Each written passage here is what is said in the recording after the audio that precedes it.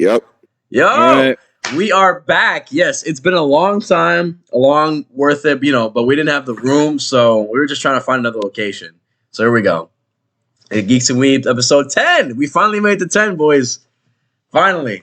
Oh my god, It's been a long time. Oh, cool. I feel 10, and we actually have more people than just three of us. Well, we have a new member. But it took 10 to have a bunch of stuff. It took you graduating, dude. Yeah, it took you graduating for Jeremy to show up. Finally graduated. Yeah. All right, so it took half of our staff graduating. It took being virtual to bring me on here. I'm just saying. Facts. All right, so in case people at home are confused, you see the Master Roshi with the boobies. That's me. Over there with the what's that character's name, Ethan? Rukia? No, the character's name, Ethan. Your character. Oh, Darkrai. Yeah. This isn't just any Darkrai. This is the last Darkrai with legs. The last time you'll ever see Darkrai with long legs. All right, Darkrai ever see that's Ethan, and then the A with the J that's Jeremy. He's a new member. Yeah, welcome aboard, bro. Of course, the baddest bitch in all of Bleach, Rukia. Of course, you can't. Niggas know. Yeah, Niggas know. we know. And then of course the Chainsaw Maniac is Gael. Yeah. Oh, of course, and Sean's Sonic. Chainsaw Maniac. I'm not like, look, you did put what's it called? What was on our opening list, or was it ending or opening? Or you put it was opening. I put Chainsaw Man number 2.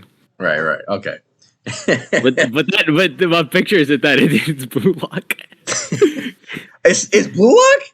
Yeah, this is Blue Lock. Yeah, my bad. Blue Lock. Damn. I fucked up. Yeah, Sean, this is gonna be in the future. This is like way in the future, but you'll see this. You'll see this eventually. Before we start the discussion, should I read Blue Lock manga? I feel like I should. All right, I'm read Blue Lock, man. Come on, like you baiting right now. You see that panel? That panel on Gaio's profile picture? Yeah, that's just one of many, bro. I know. I've seen the pictures y'all showed me, like when we were doing the podcast. Man, I know. Nah, you don't know for real, man. You don't know for real. I'm telling you, you're missing out on peak. I kind of am though. I can't lie. But wait, we got some. Speaking of peak, bro, is it okay? Correct me if I'm wrong. July is when we're gonna see Gear 5. Yep.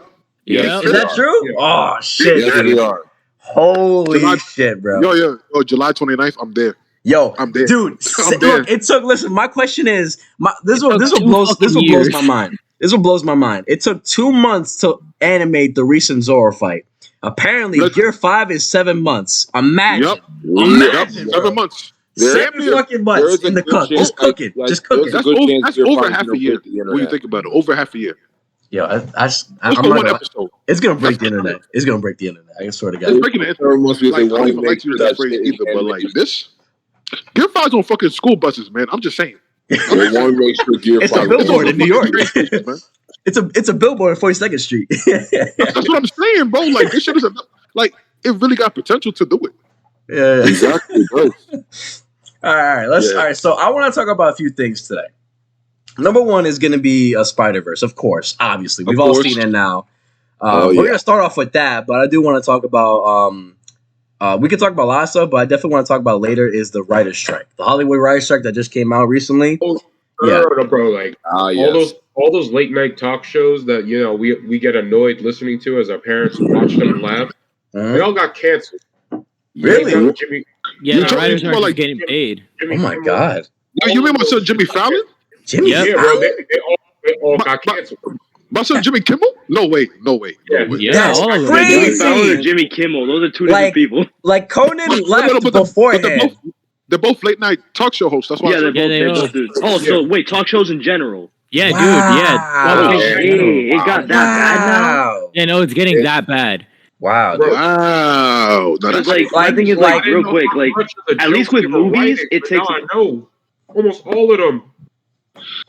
I didn't hear a single word. I'm not gonna lie. Let's not one person talk, bro. Yeah. What do y'all know? That's every single joke you heard the late night talk show people do. It had to have been the writers, bro, because they canceled that shit the second the strike started. They just canceled all the late night shows. which is nuts, man. That's crazy. That's so crazy. I had no idea about that. I'm surprised you didn't know that. It's crazy because, like, at least, like, when a movie or a TV show, when the writer's on strike, like, okay, just delay it. That's not fine. A talk show is on every night, so to have writers on strike for that is crazy. Yeah, that's wild. Yeah, like I had my favorite one was probably Conan O'Brien, but he left way before the writer strike. Like that was like a couple years ago. Yeah, he was smart. Damn, man, that's tragic. Like I'm picturing now, like, because I saw a recent TikTok where it was Fallon. He was saying goodbye. I'm like, what is he? I'm like, oh, he's ending. Like, when did that come out? And it all makes sense now. Like he's ending it so abruptly. This is weird, bro. Nah, Jimmy said I'm not getting fired. He said I'm leaving. Fuck yeah. He's just like me. He exactly like me. He just like me for real. You can't fire me if I quit first, bitch. Exactly. That's I'll give crazy. you my 2 weeks notice. Exactly. Yeah, but by the time you gave me cancel, like bam, like slap on the desk, 2 week notice. Aha. Fuck. I'm gone. Oh god damn, yeah. But it's also I heard it's also affecting okay, so the recent movie, it's affecting a lot of movies. Like of course the big ones being MCU and DC, but the only one we know it's really affecting, because like, you know, most MCU movies follow the script pretty well, but it's really affecting Deadpool 3. And the reason why, of course, Deadpool 3 is because a lot of the jokes in Deadpool 2 and 1 are improvised by Ryan or improvised by people at the end of the scene and stuff. They do a lot of takes, multiple takes, and they just pick which joke, you know, is funniest, and then, you know, they keep that in the movie. But with this in Deadpool 3, they're gonna have to stick to the script like 100%. Like there's no, you can ask them. Yeah, you can ask them like, hey, I can add some stuff, but you can't like change the script outright. So it's really gonna depend on whether Deadpool 3 is good or not. Is really gonna depend on how good that script is. You know what I mean? That's true. All I know is that movie's gonna be peak fiction too. Yeah, Wolverine. I don't even care how we got Ryan Reynolds. It's gonna be one of the best comic book trilogies of all time. It is, bro. After Spiderverse though, Spiderverse might be number one. What you mean, Guardians? What you mean, Guardians, bro? Guardians. Hold on. Guardians, bro. Relax. Okay. I'll give you that right now.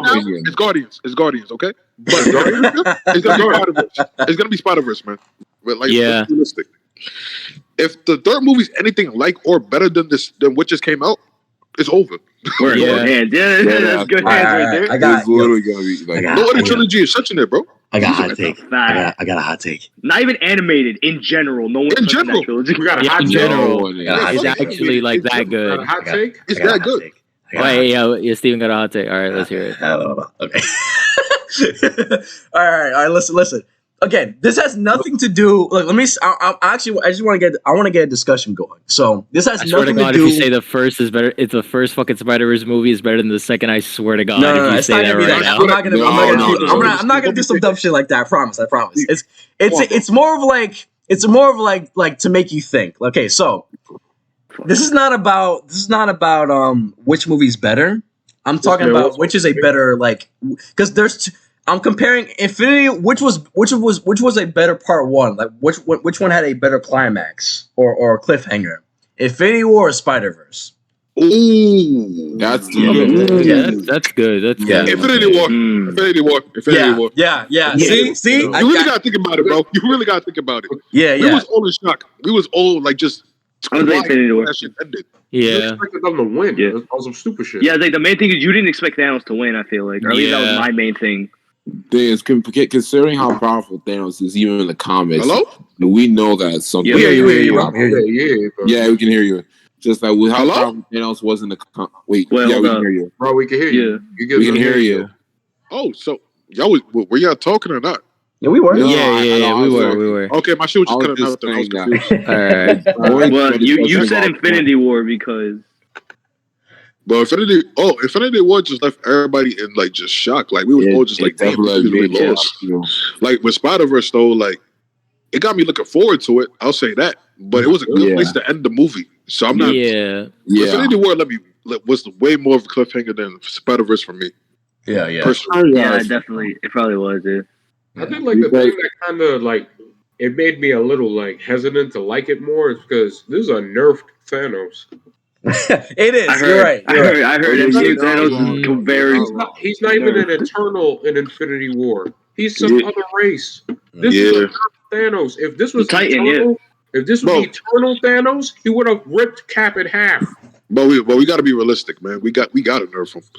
they don't got the facility. I mean, shit, like, bro. Real thing, listen. You can't get mad. Like, if people, you can't get mad at people with like nerfing characters. If you look at Drax, bro, that guy got nerfed to hell and back. He definitely got nerfed. Drax definitely did. Drax got nerfed.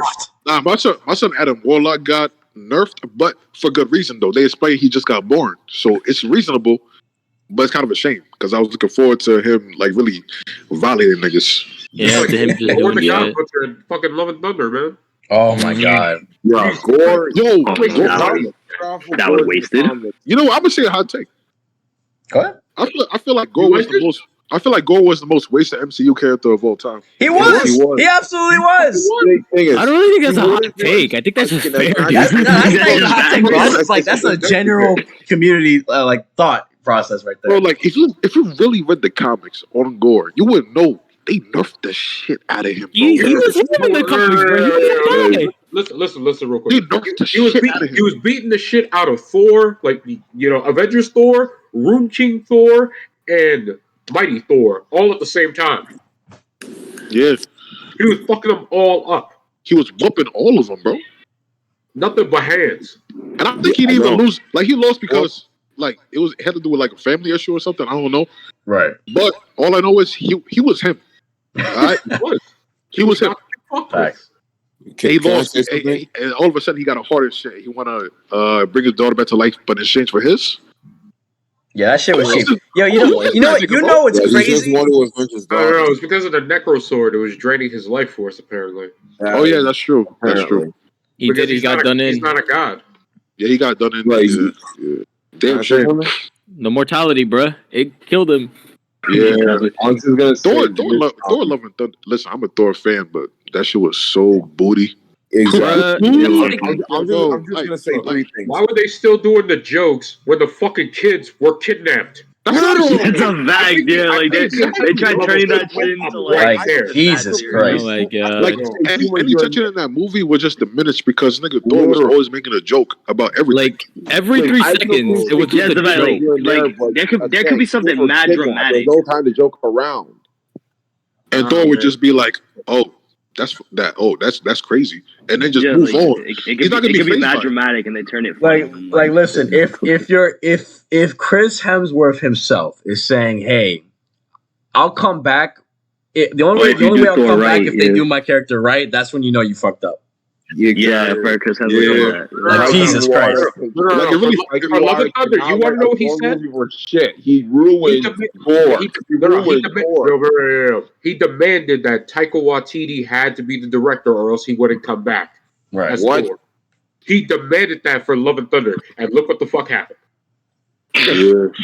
I mean, because that was the only good movie. I mean, I understand. I mean, shit, like what Thor? Look, I'm the one of those people. Why? I'm one of those people who think that Thor 1 is not bad. Thor 1 is actually really fucking good. Thor 2, yeah, that's when shit gets bad. More accurate. Like he was really accurate to what his mythological depiction. Yeah, very accurate. Why the hell? Thor wasn't an asshole in one. I ain't gonna lie. Peak Thor was Infinity War Thor for sure. Yeah, that's because for sure. Like Infinity War was the peak. Like when that nigga came down with Stormbreaker, I said, "Nah, that was iconic." Peak MCU has always been like Avengers 1, Guardians 1. Winter Soldier. Everything ever since after the first Avengers to Endgame. I feel like a lot of that's in between those that time. It's like Winter Soldier is another one. That shit was amazing. I saw it last night. Let the Russo brothers handle Thor 5 and they were good. With you. I ain't the biggest fan of that, but I can see why people. I can see why people like it. Winter Soldier. I'm not the biggest fan of the movie, but I can see why other people could like it. I got you. Winter Soldier. He's not the fan of Winter Soldier. Okay. I only like that for the hand-to-hand, to be honest. Yeah, I go back to that for like the end fight. Facts, sometimes. dude. Like one of legit one of the best choreographed movies in the entire MCU. Like Winter Soldier is just next level for no reason. Definitely.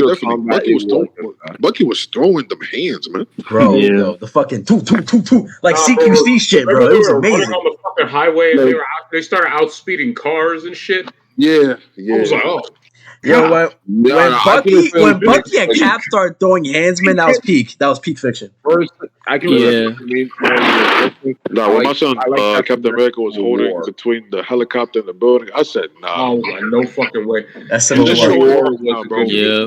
You need to understand one simple thing. Kang was supposed to be that strong. Oh my!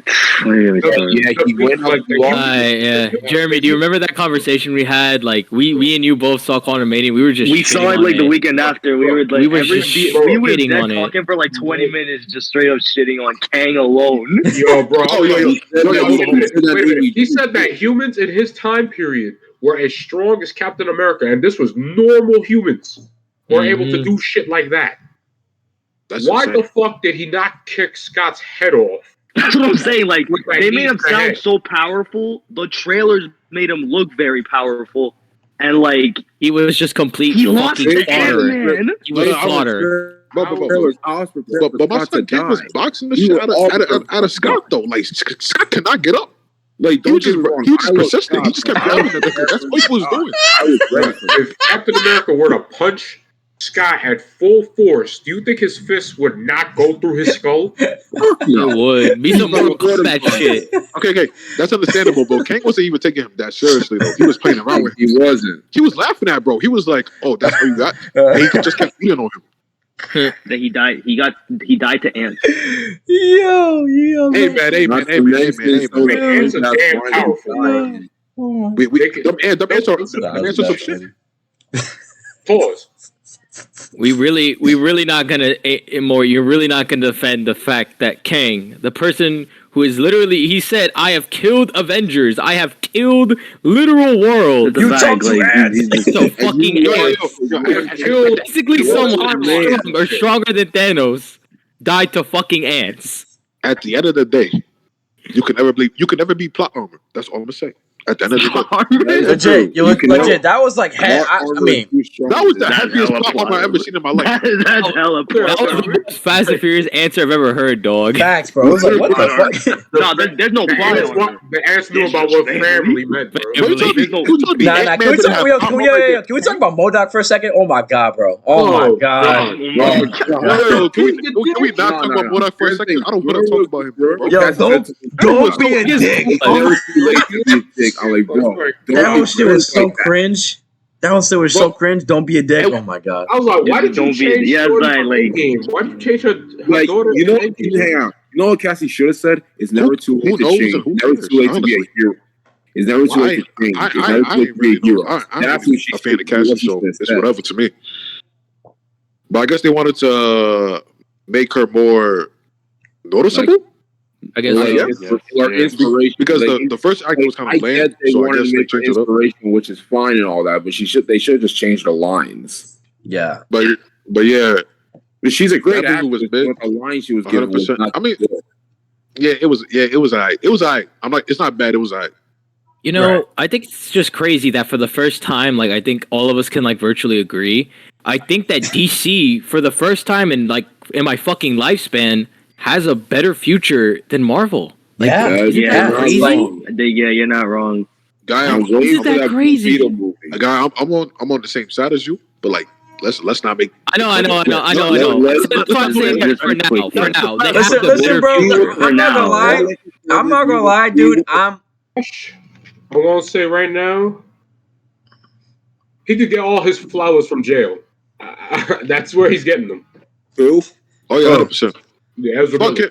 Yeah, fuck it. Listen. I'm not talking about the Flash. I'm talking about Blue Beetle. All right, I'm talking about Blue Beetle and the reset. Yeah, the Blue Power Ranger is coming out. Blue Power Ranger. Wait, the Blue Power Ranger, man. Flash is supposed to be the reset, isn't it? Yeah, Flash is the reset. Flash is the reset, and then Blue Beetle is the part of the timeline. I just say, y'all want to hear a quick? I feel like after the Flash and Blue Beetle, we're gonna definitely see what type of direction they're going. Yeah, for sure. I'm not gonna lie, Warner Bros. Don't know what the fuck they're doing right at this point. Like, all right, we're gonna release these no matter what because we gotta make a profit. We spent a lot of money on these, but after that, all right, fine, James Gunn, do what you gotta do. Yeah, literally, they just said, James Gunn, just do your thing, bro. We won't even stop you. Just make us money. I already lost faith in DC for a long time. Why said James Gunn be putting in work though? I got that's what I mean. Like, that's what I mean when I say like I trust DC has a bright future. Yeah, DC has a bright future. They have James Gunn, the guy who made all 3 of the Guardians movies, and it was a fucking one of the best trilogies like in the MCU history. He can definitely do that. So like he definitely can pull it off. And with how Blue Beetle's looking like right now, Miguel. What did y'all think about Guardians 2? Guardians was peak. And with this whole reset thing, you're basically starting from scratch. So exactly, James Gunn has power right now. Yeah, he's hiding his items right now. My son James Gunn really. You know what's crazy? Like a couple years ago, they tried to fire this motherfucker. And he came back. Yeah, like over a couple of tweets. I could do without him. Yeah, bro. Over a couple of tweets, bro. Crazy. Yeah, but the whole cast was like, "Nah, we're not doing the movie without my nigga James." Yeah, exactly. You know what's crazy? Because that's so funny. Because of the fact that he got fired is a whole reason why he decided to go to DC and make the Suicide Squad. So it's like Suicide Squad is one of the best. The MCU kind of fucked Suicide Squad was good. Like you fired your one of your best directors, and he ended up, and because of that, because of you firing him, he ended up going to make DC's own universe. Like, holy shit, dude! Like, to be honest, if they didn't fire him, he wouldn't be so up right now. The man's made one of the only great Marvel movies in a while, and then decided to dip and say, "All right, man, I'm gonna see y'all later." I'm going to DC. It's really sick how Sony's really carrying Sony's really carrying like fucking Marvel right now, bro. I know. Now I think about it, every single thing that like people are hyped for has revolved around Spider-Man. Yeah, literally, Spider-Man as of lately. Carrying. Bro, Spider-Man been up for since like 2018, bro. Yeah, we're gone from the dark ages of 2014 when it was Ultimate Spider-Man, the Amazing Spider-Man 2. We're gone. Like we're up. Like we've been down for a bit, but now we're up. We've been up for a bit. We've been up for so many years, but yeah. The only thing that's bringing us down is the comics, but we don't talk about the comics. No. Look, the comics have just gotten worse, bro. They've just gotten worse and worse and worse each year, bro. Look, just don't even bother. Like, bro, what are we on? We're on our fucking 9th Spiderverse at this point. Like, Jesus Christ, in the comics. And don't get me started, like there's a new Spider-Man got a sidekick now. It's like, all right, it's not just Marvel. DC comics are just failing tremendously. You're not gonna say something? I'm just saying, like, DC comics are also failing tremendously. DC's always been up with comics and animated films. That's its main thing. True. But this is something I want to bring to your attention. Sony has been pushing Miles Morales for so long. I think we are in an area where it's actually possible for, instead of Peter Parker being the norm for Spider-Man, it's Miles Morales. Now if that happens, a live-action Miles film has been confirmed. Exactly. So that's what I'm saying. Give Peter Parker some peace, bro. Leave him the fuck alone. We've been through like so many reboots, bro. We have 3 Peter Parkers. To be honest, it's time. I really would. After seeing Across the Spiderverse, I really would not mind it if they made Miles step up because I really like him now. Like in the first movie, he was like him, but in this movie, I really liked him. So. Yeah, like he was cool. He was cool in Into the Spider-Verse, but not in this movie. Across, like I really like him as a character now. I really like his character. That's what I've heard. That like if they want to take that step into bringing this Miles that we already know and love into live action, that's perfectly fine. Rather than like starting fresh with a new Miles. Right. Yeah, I think that's like I would gladly continue this Miles story and have it transition to live action. Well, if Miguel is always going to have beef with him just because of the fact he has the powers now. Right. I think he's going to get over it eventually. Probably. Not so big. Miguel was on some demon shit, dude. Yo, Maury, you didn't play Spider-Man Edge of Time, did you? I did. Oh, no. I did. Miguel's always been on demon timing, but this movie is fucking nuts. Yeah. Miles' original universe gets destroyed and he ends up in the Ultimate Timeline. Yeah. Just know that if that shit happens here, it's going to flow right back into MCU canon. Yep. I'm not gonna lie. Which game were you guys really talking about? did connect the live action. They showed all live action to the. Oh, my fault. You go. My fault. They showed all that. They showed all that film that every Spider-Man got to endure tragedy and shit. They canonized Toby, Andrew, but they didn't show Tom Holland's, did they? No, because that's what I was about to say. Like, if they connected it with the current with the next Tom Holland trilogy, that would be the craziest come up of a character I've ever seen. To be fair, they do know they exist because he says, like, you know, even though he doesn't like outright say, it's like, and don't even get me started on Doctor Strange and the little nerd with the nerd. 19999. They acknowledge it, but they don't exactly show it. Spider-Man doesn't truly show up. Yes, fair enough. But they dead ass confirmed it because they said that you remember when Donald Glover showed up in the movie? It was the same universe. Yeah, it was the same universe. So he's confirmed. They used him to confirm it. Why didn't they just have Tom talk a little bit? I think they're gonna do that for the third movie. Not now. Yeah, I think they're saving the big guns for a cross. They're saving the big guns for a cross. I mean, I'm sorry, Beyond. Yeah, like I feel like introducing Tom and Beyond. Shout out to Spider-Man Beyond, bro. That would make sense. Yeah, Spider-Man Beyond. Spider-Man Beyond. That's hilarious. March 2024. Got to come alive. Spider-Man Beyond. All right, you know what's funny about that though? It's like no matter how much Kevin Feige wants to say, oh yeah, the MCU is 166, bro. Everyone's like, nah, bitch. This is everyone knows it's 166 is the comic universe. I think even Aman Vellani said that. The girl who plays Miss Marvel. Yeah. She was like, no, it's not. Kevin Feige many times he wants, but was it 616 is not the MCU. The MCU is 919. 1999. Yeah. Wait. Isn't the MCU 616? No. That's what they say, but like a lot of people are saying it's not. It was confirmed to be. Yeah, look, that's because Kevin Feige wants it to be. Doesn't mean it's true. Yeah. Because 616 is the original timeline. Think about it this way. Remember when Peter first met Mysterio in Far From Home? Yeah. He was like, "Oh, like this, like my Earth is 814, your Earth is 616." But remember, Mysterio was fucking bullshitting everything. Yeah, exactly. Yes. So he doesn't know that it's not actually 616. Yeah, Kevin Feige is only saying that because that's what Mysterio said. But Mysterio was talking bullshit, so it technically is not 616. The thing is, he wants us to believe that it's 616. Yeah, he wants us to believe it. Yeah, but it's not true. The MCU is 1999. Like, dude, you know, like the MCU, it has always been a better version of the Ultimate Universe ever since the very beginning. It's always been an alternate version of the Ultimate Universe. So it's like it's like the 616 has always been like the original timeline, and there's Ultimate Universe. Like MCU is just a continuation of the Ultimate Universe. So it's like it's within its own timeline. Like 616 and the MCU are too different to be considered like, oh yeah, that's 616. Like, no, dude, they're drastically it's more like different 199. things. Yeah, sure. I don't know how they're gonna explain it though. They're gonna have to do a lot of explaining. They don't have to explain shit. They're gonna tell us. Maybe more time to explain all. No, because like I don't think they could just really be like, oh, it was 616, but it's actually this.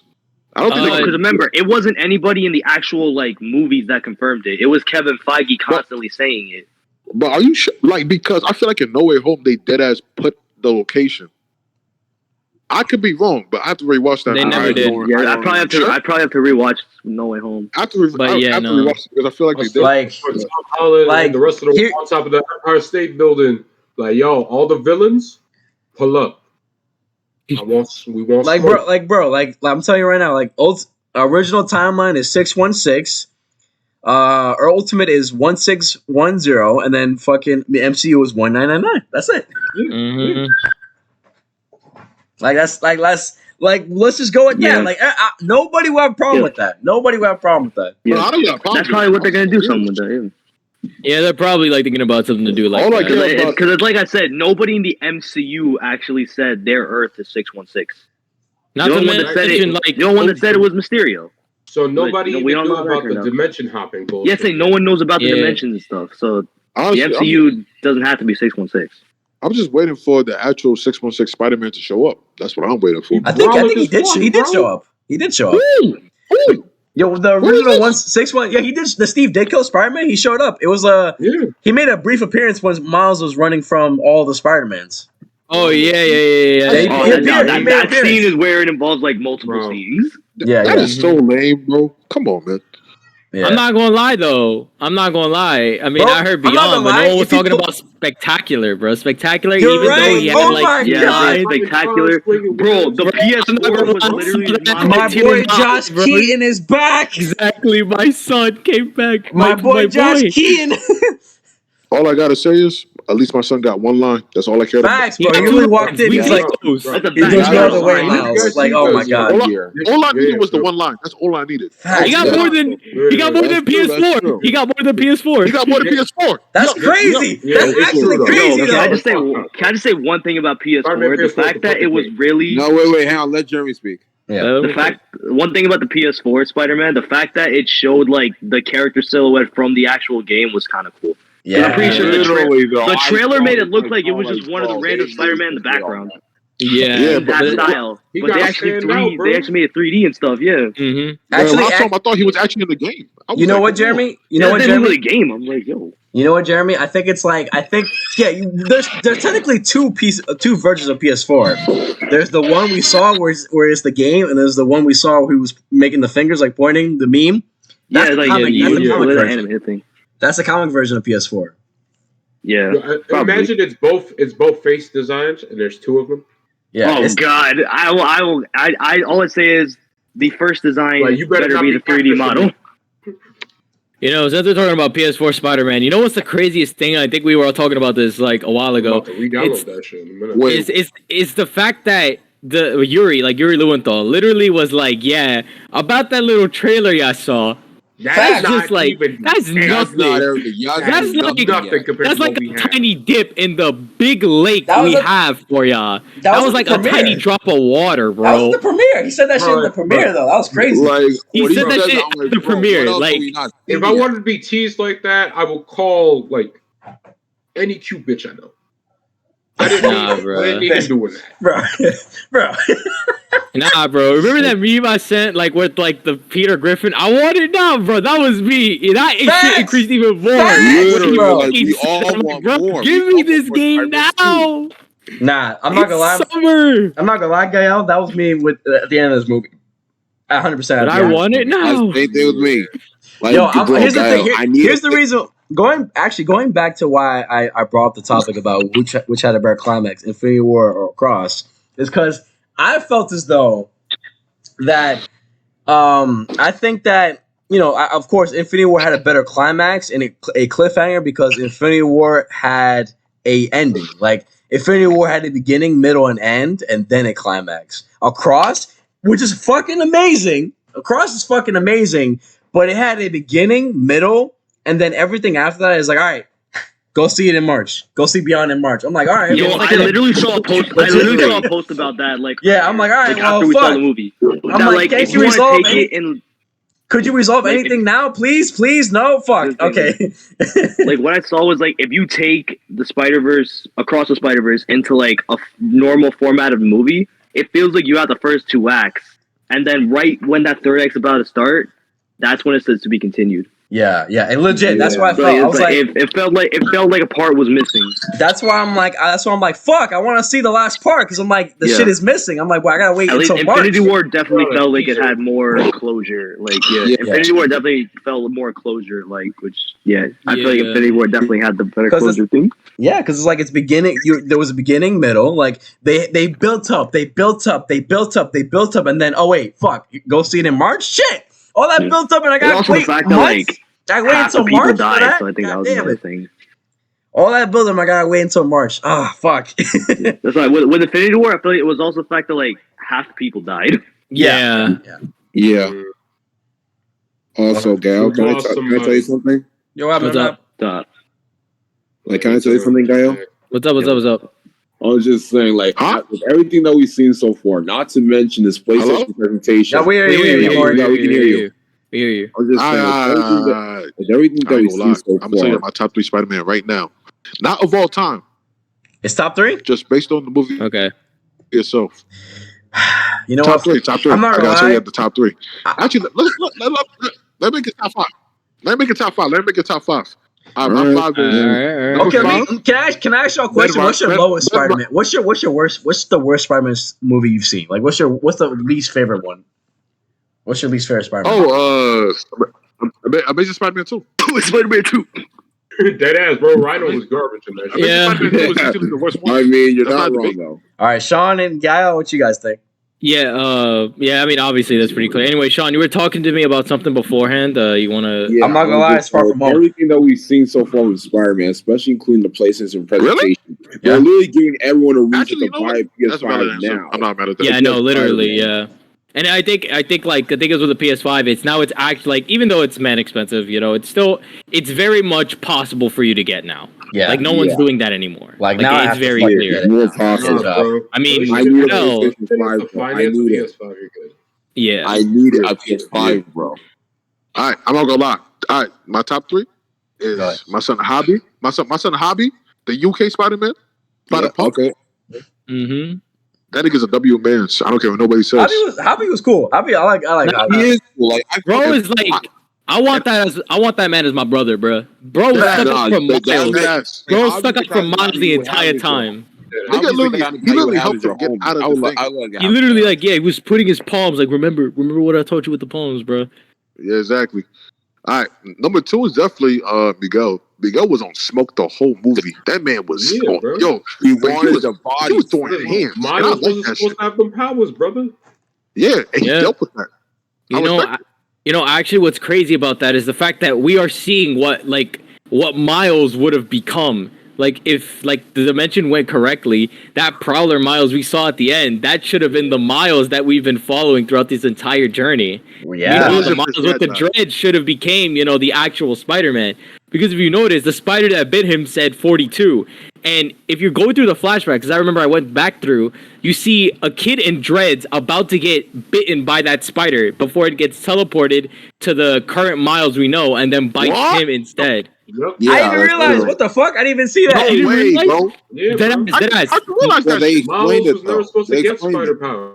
With a Prowler. He was No, but how did you notice that detail, though? Because, like I said, for one thing, I pirated the movie. Okay. Yeah, but yeah. Wow, but that's crazy. I gotta introduce you to my best friend Homebrew.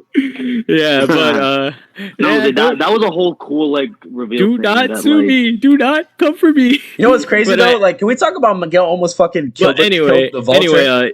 Yeah.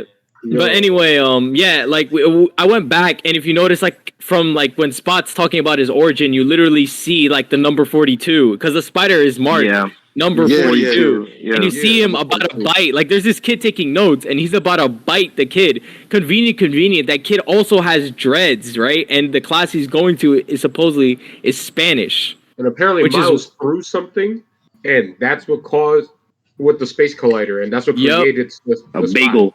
Yeah, I know a lot. Bagel. Yeah, I feel like not enough people are talking about the Spot as a villain. I enjoyed him as a villain. Yeah, he was a very cool villain. I would not mind if that was Miles' main villain because his power, the way he was using it, he was moving. Yeah, he was fucking great. I like that. Cool. He's a villain with it's a villain you can genuinely cheer for because Miles genuinely ruined this guy's life. He fucked him up. Yeah, bro. He genuinely fucked him up. He fucked him up when it came to life. Yep. Yeah. Oh man, I'm saying he got a little screen time because it's a lot of it's about Miles interacting with all these Spider-Men, but it's Spot, the little screen time he had, he left an impression. I'm not gonna lie. He did. I definitely cannot wait for more from him. I also really liked his little exchange with the Asian girl in the Venom movies. That was mad random. Man popped up in the live action movies. The Venom movies. Bro, I completely forgot about that, bro. Oh yeah. Spider-Verse is doing everything, bro. They were doing everything. Yeah, and I'm not gonna lie. That's the only live action thing they could make. Because technically. They can't do Tom Holland because they don't really got the rights, but they got the rights for Venom. They literally made that shit. They got the rights eventually. They're gonna get the race eventually. Well, yeah, maybe. Eventually they will. I'm not gonna lie, the way things are going, I think they might just straight up buy it. I mean, dude, this movie on previews alone made $30 million. This was just from the previews on Thursday. Imagine opening weekend.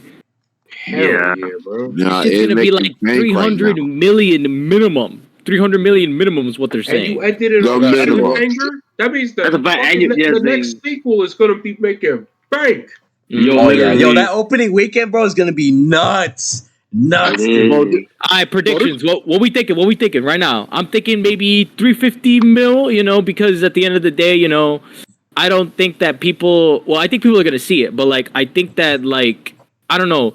I think there are other movies out right now that people might want to watch, but then because at the end of the day, you know, we don't really know. So I'm thinking, I think about keep my installations low at like 350 mil, like 350 million, like 450 mil. Like something stay around like that. Right. I'm gonna say 400. Maybe if Lucky hits that 500. Yeah, same here. Yeah, I'm saying the same thing. 400. Everybody loves Spider-Man, man. Everybody loves that's true. Everyone loves Spider-Man. Yeah. Facts, bro. Yo, can we talk also one thing I really like this movie was doing everything. Like I lost my shit when they had Lego Spider-Man in that shit. I was like, Lego Spider-Man. Bro, there was so much shit going on in that movie, bro. I keep forgetting. I didn't even watch it. Spider-Punk almost gave me a seizure, bro. When he was on screen, all the fucking comic book effects started happening. I was like, yeah, I need to close my eyes. Yeah. It's the same thing with Ben Riley's Spider-Man, not the 90s version when they rocked. Yeah, you know what's crazy? That's Andy Zuckerberg right there. Oh, yeah, Ben Riley. Yeah. Andy Samberg. What did y'all think about it? I loved it. I think, you know, I'm saying, you know, I for a second, bro, I thought he was doing an Owen Wilson impression. I was like, what the fuck? I'm like, but I actually enjoyed it. I fucked with it. I think it was a little bit too goofy, you know, but maybe it's just me. Ben Riley's edgy. Yeah, Ben Riley, yeah. So I was thinking he's like a little bit goofy, but then again, you know, I'll take it, you know. Like Ben Riley doesn't really get shown often or at all, so yeah. Yeah, especially his 90s costume. Mm-hmm. To be honest, I'm not mad at Ben Riley being like a comedic character. Yeah, the man is basically the Jason Todd of the Marvel universe. Nobody. Wow, that is that's not wrong. Bro. I mean, I'm not gonna lie, dude. It's not Ben Riley. It's Kane. It's Kane. 100%. It's Kane. No. I say that because literally nobody liked him. Nobody liked him. That's true. That's He true. was a clone of Peter Parker, just like nobody fucked with Jason Todd, so that's why they got him killed off. Yeah. Jason Todd was a carbon copy of Dick Grayson. It was too similar. So they're like, nah, kill him off. The same thing with Ben Riley, with Peter Parker, because he's a clone of Peter. Mm-hmm. Yeah, so they had to change it up a little, and it actually kind of worked. But they were trying to make him the main one, but that wasn't working out. Nah, didn't he trademark the Spider-Man name and try to have Miles sued or some shit? Yeah, he did. I don't know about all that, but all I know is he did. They tried to make him the main one. That's all I know. Yeah, no, but that's just because of the writers not knowing what to do with him. Because again, you know, it's like it's sort of difficult to do it with like Ben Riley, you know, trying to pose as Peter Parker.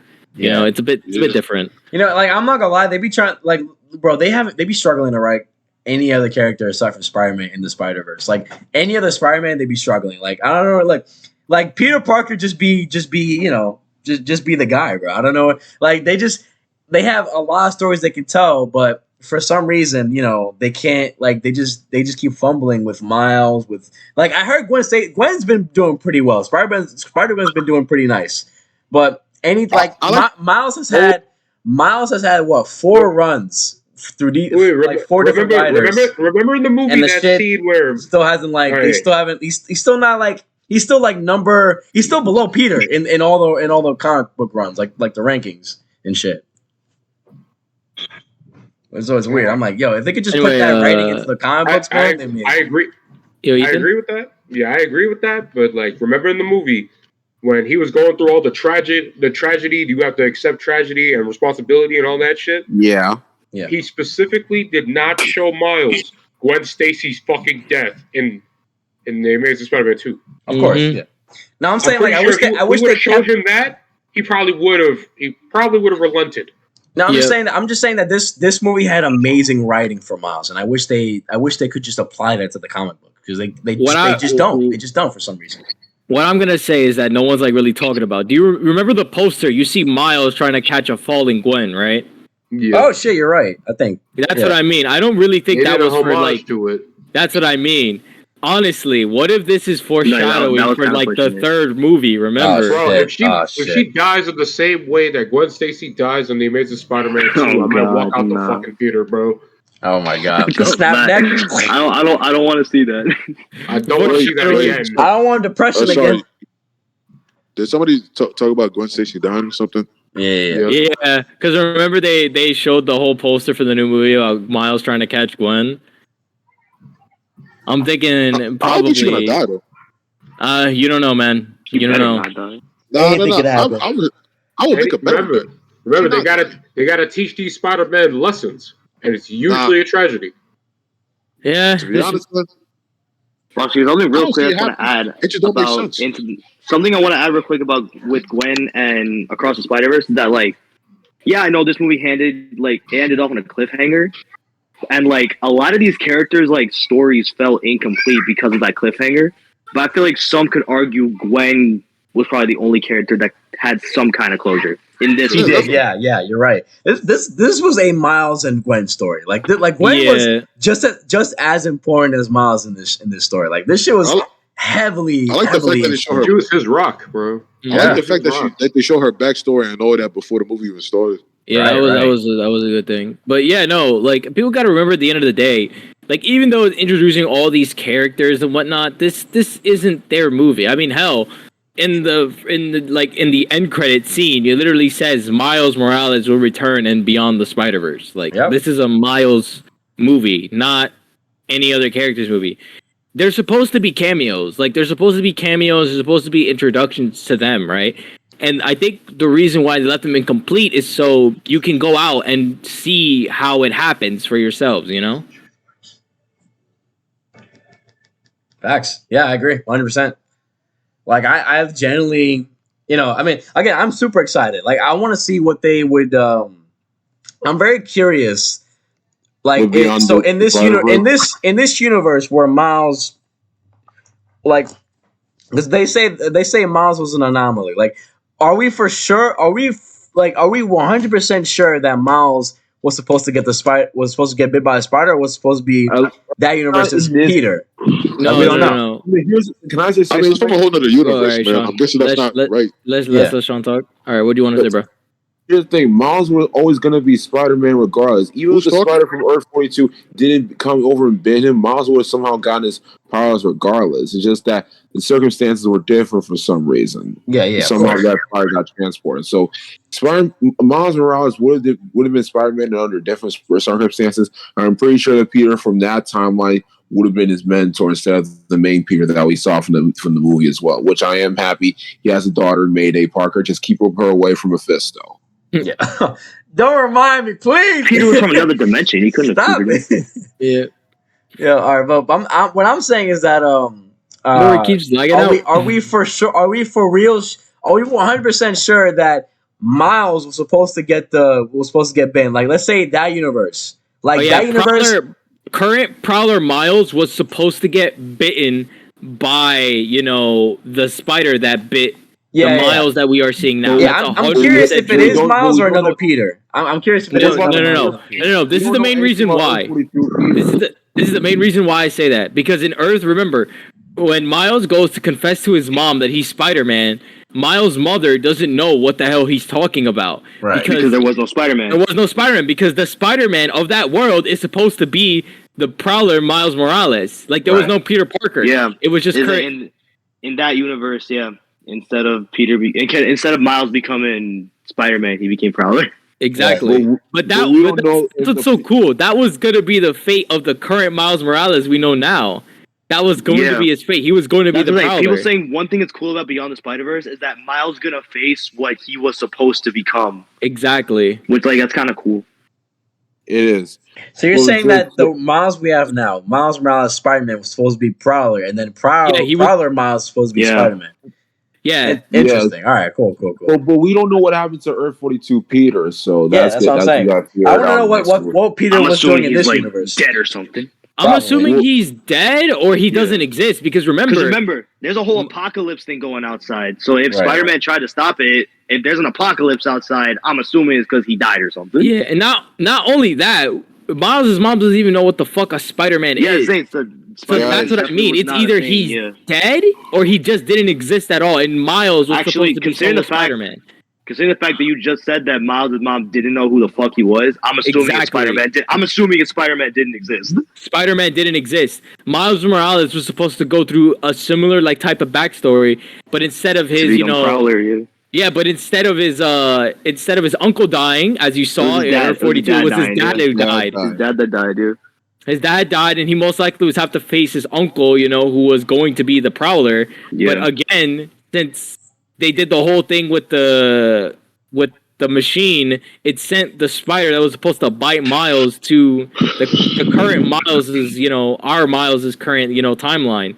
Yeah. And that fucked everything up. That's why he calls. That's why 2099 calls him the original anomaly. Miguel made a whole thing about it that you fucked up an entire universe, you literally should have. He says you literally should have never been one of us. You are the original anomaly. You created the spot. You created all the problems, which is crazy. Yeah, literally. Yeah, man. All because that spider bit him. That's. I'm not gonna lie, dude. Hey, look, great fucking movie. I'm just thinking about it right now. I literally just watched the clip with Josh Keane again. Yeah, I just go on TikTok now for that. I literally just watched Spectacular Spider. It's starting off, but it's the truth. And it's season 3. That does give me hope that a Miles Morales does exist in the Spectacular Spider-Man's timeline. Because it's the fact that Spectacular felt comfortable enough to talk with him, meaning that he must at least realize or know a Miles in his universe. Please. I just want a season 3. Please, for the love of God, I just want a season 3. I don't care what they have to do. Just know that if Young Justice can come back, so can Spectacular Spider-Man. But no, that's true. So Disney, they have their problems. I'm praying God, because they had so many plans for Spectacular Spider-Man. We were supposed to get Carnage. We were supposed to get Hobgoblins and a movie. Yeah, dude, we're supposed to get. It was gonna end off. Was he supposed to get a movie? He was gonna be 65 episodes in a movie. But it's the thing. What the fuck, bro? The reason why, even though I wanted to come back, but I kind of don't, is because Stan Lee was an executive producer of that show. He was calling the shots. So unless we get someone on that level to someone who knows Spider-Man and knows what they're doing. I don't know, man. I don't know. Right. Rest in peace, Stan Lee to go. He would have been proud to see across the Spider-Verse.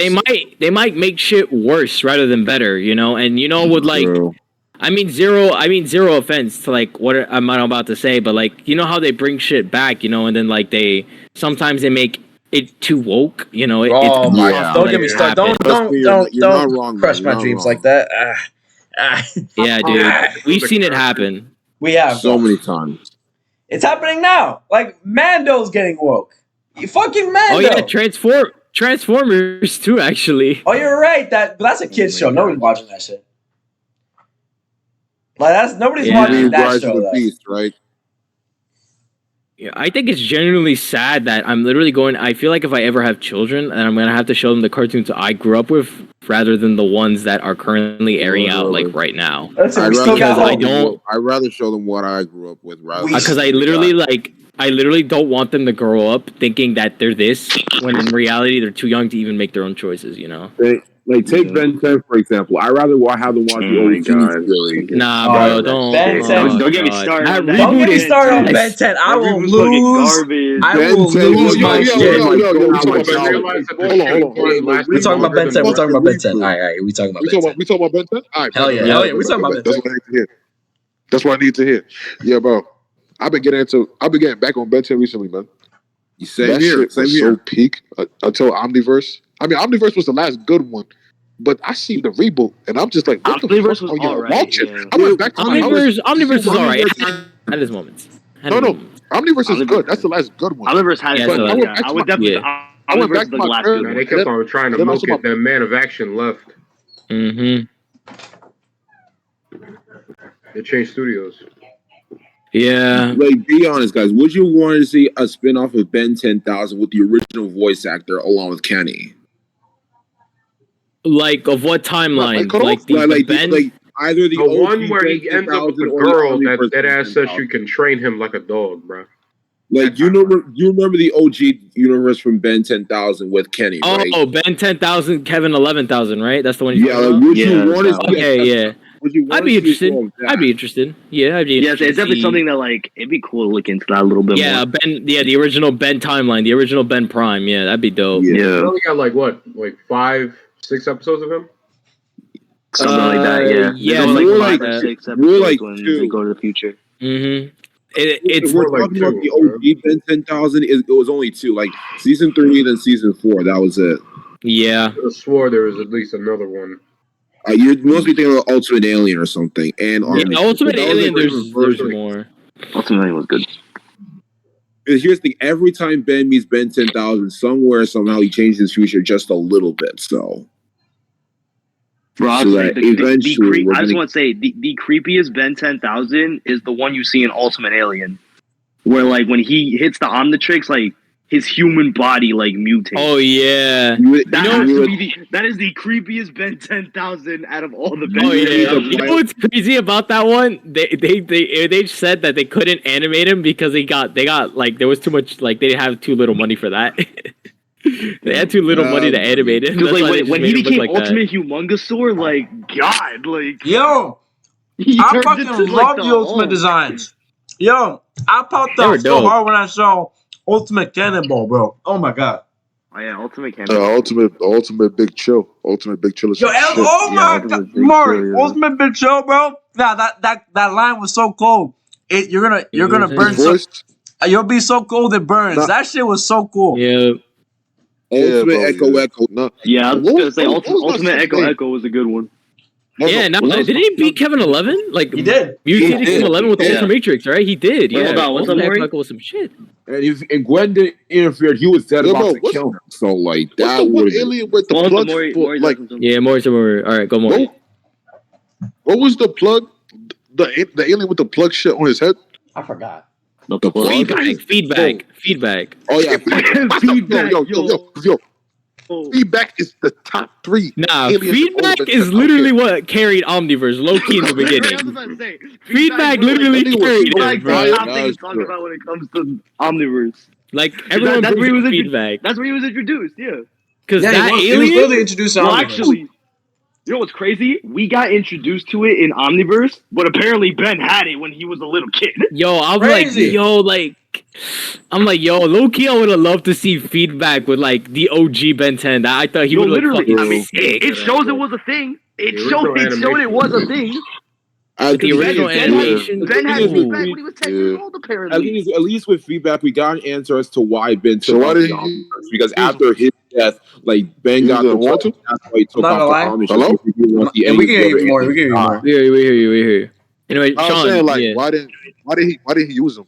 That's like, I have no idea. Because remember, feedback death back when Ben was a kid. I'm guessing that's the reason why he took off the Omnitrix, because he didn't want to see any of the others die, and he wanted to live a normal life. Though I'm not gonna lie, dude. We can't talk about aliens and not bring up the homie, the best one.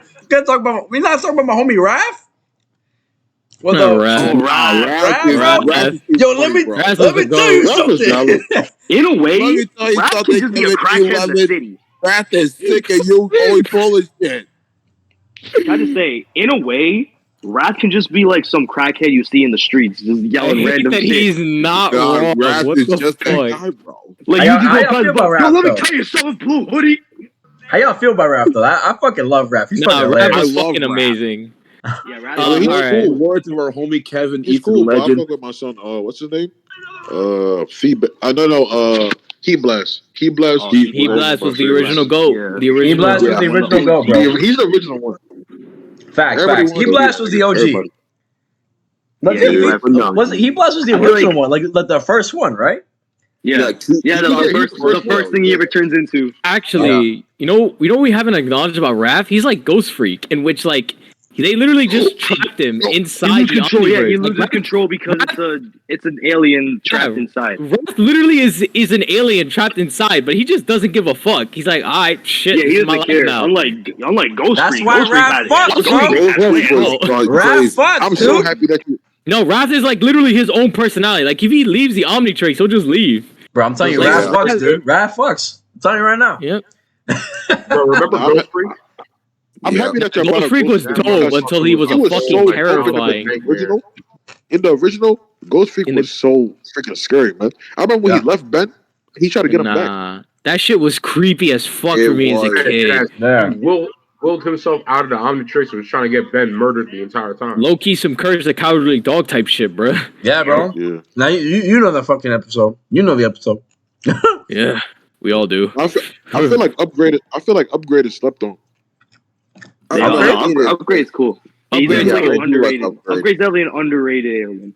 It's because Ben doesn't really use him as much. You know, he only really uses him. It's the same thing with gray matter. Sure, gray matter. Gray matter was realistically there for shits and giggles. Yeah. I like gray matter though. Especially when Ben was stuck turning into random aliens. Like gray matter was actually there for shits and giggles. He'd be like, all right, it's time to go heat blast, and then turns into fucking gray matter. Yeah. The only thing that made gray matter cool was brains. Yeah. Yeah.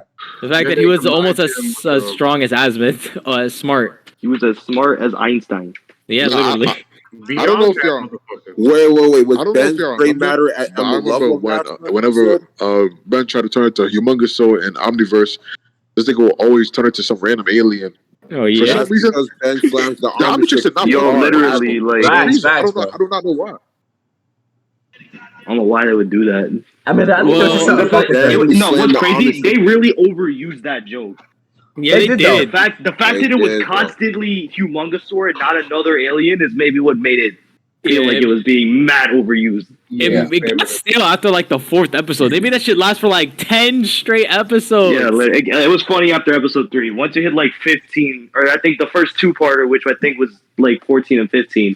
He's still going like, give me Humongousaur and stuff. And I'm like, dog, okay, we get it. Like you have like you have other aliens. You have other aliens, dog. I got how many aliens he had in that one? How many aliens has he had? My brother in Christ.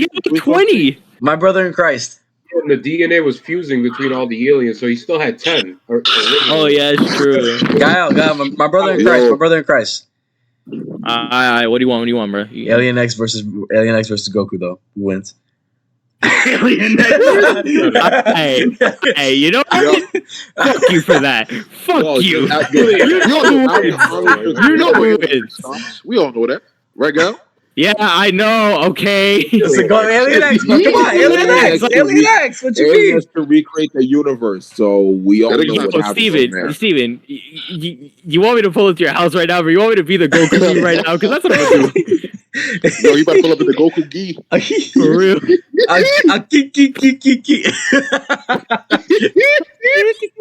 Sorry to say, Goku getting washed this time. Yeah, I know, bro. I know. Goku gets Celestial Sapiens look at you and you die. They pretty much have an upgraded version of Hakai. Legit though, that's crazy. They legit have an upgraded version of Hakai. Now you know what I love about Omniverse is that they gave this motherfucker a chin, like a big ass chin for no reason. No reason. Man had that fucking Giga Chat chin for no reason in Omniverse. Well, I remember the universe fucking disappeared or something, and he brought it back. That's how powerful that nigga was. He brought it back like that. Oh yeah, I remember that. Yeah, I remember that episode. That's light work for him. That's so crazy to me. There's a reason why Alien X wasn't used much. Didn't like Ben need permission anytime he used that alien? Yeah, Ben needed permission to use the alien. That's the first thing. Yeah, he had to talk to the 2 people, right? The 2 Celestials to get to Alien X. The second reason is that if they don't agree, right? Because you got to remember, time in there is like time outside. So he's basically standing fucking still. He's talking to them. So the villain could just be like, all right, I'm going to head out. Get away. Kill him in the moment. Nah, y'all remember the Ben 10 and Generator Rex crossover? Oh, yo, that was hard. I forgot about that. Me too, actually. I forgot about Ben, that shit. That shit was tough, bro. That was tough. I forgot about it, but no, yeah, that was amazing. That was good. Not better than Jimmy and Timmy Power Hour though. Oh hell yeah, no, bro. Nobody's being that OG. The OGs. Come on. If we really talk about trilogies, I'm just saying. Yeah, it comes to trilogy, but like, look, I'm gonna be real with you. For me, I think my favorite of all time was the TMT crossover with the 90s and the TMT Turtles Forever. Not sure you not know about that. You said the TMT crossover with who? It was TMT 2003 crossed over with like the 90s Turtles. TMT. Oh, I know what you mean. I know what you mean. You mean the cartoon? Yeah, the cartoon. Yeah, the 2003 with the 1999 TMT. I'm not gonna lie, bro. I feel like I gotta say something about crossovers real quick. Facts. You know, I'm gonna wait till y'all finish. 5 turtles. Wait, what? Anyway, Ethan, what were you saying? The TMNT there's actually supposed to be 5 turtles, and they're supposed to have a sister, and she's supposed to be light blue. Oh yeah! Oh yeah! The Ninja Turtle show. The Ninja Turtle show. I forgot about that. Yeah, the light blue sister. Yeah. I forgot about her.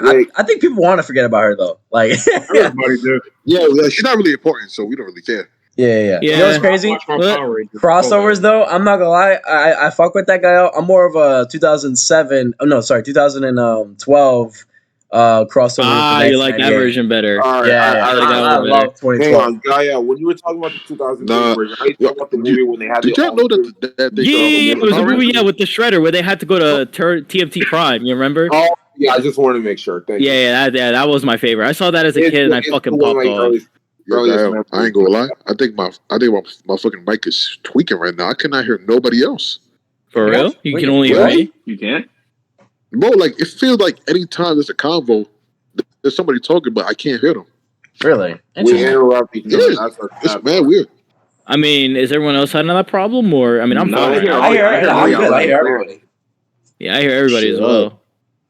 All right, then. It's just me. But do y'all remember when they crossed over with the Power Rangers? I remember. Yo, I love. Oh my god, I love. Yo, literally, that kind of adds on to my point that like nothing beats crossovers when it comes to the old Disney shows and the Power Rangers. Yeah, definitely. Nah, you're not. Nothing tops that level of crossovers. Listen. We can talk all this shit, but nothing's being fucking iCarly versus Victorious. Whoa. Damn, bro, you trying to Jimmy and Timmy. That's what I'm saying. I'm getting discussion going. Yeah. iCarly and Victorious. Oh yeah, Jimmy and Timmy. I forgot about that. iCarly and Victorious. That was pretty high. Yo, I think that was my first crossover I ever seen. That was my first crossover I ever seen, and that shit was fire. Yeah, Jimmy and Timmy. Now I'm not gonna lie, Jimmy and Timmy was amazing though. Like, remember the Dragon Ball reference with the controllers? Yeah, I remember that. The Dragon Ball. That was funny. The fact that they made each other in like their each other's art styles. That's what I'm trying to say. That was sick. They switched over. Like they would like Timmy will go to Jimmy's art style and Jimmy would go to Timmy's art style. Like that was funny. And they did it 2 more times, and they didn't miss. Yeah, it's the fact that each of them had like a good beginning, middle, and end, and each of the reasons for them to go to their world was actually sort of valid. Yeah, Yeah, exactly. It just made sense. It was just a crossover that was carefully written, carefully put time into. Yeah. Can I say something after you're done? Yeah, go right ahead. Sure. Well, I do. When it comes to Fairy Godparents, I do always heavily and always agree that it should have ended after Channel Chasers. The Power Hour definitely made up for it. Yeah, facts. Yeah. When you saw that intro with Timmy and Jimmy, bro, you knew it was gonna be a good fucking time. It was gonna be a good time. Oh yeah, a smile came up in your face because you know it was gonna be a good episode. Yep. Yo, is Charles Michael? Yeah, no, it is. It is. It's on. I can still see. Wait, Maury, you can't hear him? I think it's just Maury's. I think it's just your mic, bro. Yeah, because I can hear him fine. Yeah. Bro, his shit literally has a red line across the microphone. That's weird. Like, I can hear everyone else's fine. Yeah, that's mad weird. I don't know what to say to that, but whatever. It's not whatever. But no, the Jimmy Power crossover was definitely amazing. Again, it was. You cannot replicate the magic. All right, you really can't. All right, I just remember that Maury can only hear me. No. You can only hear Maury. You good? I can hear everybody else besides Sean. Okay. But it be cutting off sometimes. That's my only problem. Okay. Okay. Yeah. That makes sense. Well, I'm just saying, when it comes to reboots, you can't replicate the magic back in the past. You really can't. Yeah. Well, I mean, like with reboots, I think it's genuinely possible for you to do it. You just need to have the right people behind it, you know? You're right. Sorry. Because, like, I'll give you the perfect example. Like, Teenage Mutant Ninja Turtles, 2003. Even though it's my favorite because I grew up with it, I still love 2012. And Rise, honestly, it does its own thing. It's pretty good. You're right. It's just the way it looks and, like, the way how everyone else feels about Rise. Yeah, like, Raph is on steroids. Raph is on steroids. Rise is actually fucking good, bro. Yeah. It also comes back to like this one thing that I feel like the world does not understand sometimes. What? There is a difference between a reboot and a remake. Exactly. That's true. Yeah. Like a lot of stuff is marketed as remakes, but like in a way they're reboots, and a lot of stuff is marketed as a reboot when it's just a remake. Yeah. Bro, I'm telling you right now that a lot of people. That is very true, Jeremy. A lot of people do not understand the difference. Like, I'm telling you right now, like half of I be saying this shit all the time about Resident Evil, bro. Like the remakes coming out, they're reboots, not remakes. Exactly. Like I be trying to, but I mean, shit. Yeah, no. Because like I would say, like a reboot is Amazing Spider-Man. A remake is fucking what would be a remake in movie terms? I mean, I know none of y'all have seen 12 Angry Men, so I can't really say that's an old movie. So yeah, a remake. What would be a remake, not a reboot? A remake, like it's just straight up a remake. Be a remake. Damn, Hollywood only does reboots then. Shit, I can't think of any. Legit. Your mind is just going blank right now. Yeah, like I think they only do reboots, bro. Yeah, I think they only do reboots, and no movie's really done a remake before. I think Disney's live actions is like the first thing that came to my mind. Actually, yeah. Wait, oh my God. You're right. Oh my God. Yo, Dwayne The Rock Johnson with the Moana. You're a god. You're a god for that one, bro. You're a god. I didn't even think about it. Y'all excited for Moana with Dwayne The Rock Johnson? I did not see that movie. Thank God I did not. Y'all excited for that live action Moana? You seen Moana? You haven't seen Moana? I haven't seen it. It's a great movie. You haven't seen Moana? Really? It's a good movie. Here's the thing. Moana movie, man. No, it's not even the fact whether you saw it or not. It's this whole issue is that Moana, it was a good movie. It's only 7 years old. Why does it need a remake already? It doesn't really because he's broke. He needs money from the lawsuit he just got filed for. That's why he's in Fast X now. Yeah, that's why he's in Fast X. I'm gonna actually Moana online soon. It's just that when he said remake, I almost confused myself with Little Mermaid. Sorry, my mistake. He was talking about Little Mermaid. Yeah, I thought you guys were talking about that one. Sorry. A friend of mine went to go see it. With Little Mermaid came out in what, 1999, 2000, something like that. Yeah, exactly. It's been 23 years. That is a time to do a remake. Yeah. Mm-hmm. Moana is 7 years. Not even 10 years old. Not even 10 years old yet. He's getting a remake. That's wild. And the person who's singing isn't even coming back. Oh yeah, so she said she's not coming back. Yeah. So it's like, are the songs gonna be like any better? You know, because she has a great voice. Like her. I know. Yeah, hearing those songs in different voices is about to feel weird. Yeah, it's just The Rock trying to get his stroking his own pee. That's literally it. Like he's stroking his own pee. Oh, speaking of Gael, you said about The Rock. That's his ego, bro. I'm telling you, you did. Fast X mid. Like this man was I have not seen the movie yet. Man fought Helen back to get his own spinoff just so he can come back to the original. Yo, literally, I will say, I think, like, I don't know if y'all have heard, but I'm assuming this is the main reason The Rock came back to Fast and Furious series. It's because he has confirmed to get like a solo movie in the Fast and Furious. Yeah, that's why he's coming back. Yeah, that's the main reason he's coming back. I swear to God, this motherfucker. Yo, Vin Diesel literally share the spotlight. He cannot share the spotlight. Oh, bro. He literally can't. That's why he hated Hobbs and Shaw. Bro. All right, Ethan. I talk, bro. Let him know. Bro, he hated John Cena ever since The Marine and 12 Rounds because he wanted standalone movies like John Cena. So he started beefing with him, and then he started getting promoted by Vince McMahon. Jason That's Momoa? how he got to the movie business. Mm-hmm. Because they were originally pushing John Cena. Yeah. But the fact that John Cena was actually a Marine. Yeah. Dwayne cannot act. He cannot fucking act, bro. No. Black Adam, he couldn't even do the accent that, Black Adam has in every single iteration, every single universe. He has a thick accent. Yeah. Thing is with John Cena, John Cena cannot tell him to fuck off. He has Peacemaker permanently now. Exactly, bro. Peacemaker on lock. Thank you. Even though his daddy is the Grand Dragon of the KKK. Yeah. That's a good way to put about it, but yeah, you're right. At least he ain't racist, though. No, he's not. What the? Oh my god! Shit you say sometimes. I'm at a loss for words. I hope I don't. The shit you say sometimes, Ian. I swear to God, I gotta give you a good little fact here, bro. Jesus Christ! I'm gonna miss you, dude. Oh my god! Don't know. Ethan always knows how to crack good jokes. Oh my god! I mean, shit. He just cannot I guarantee, every movie he's in, he just can't.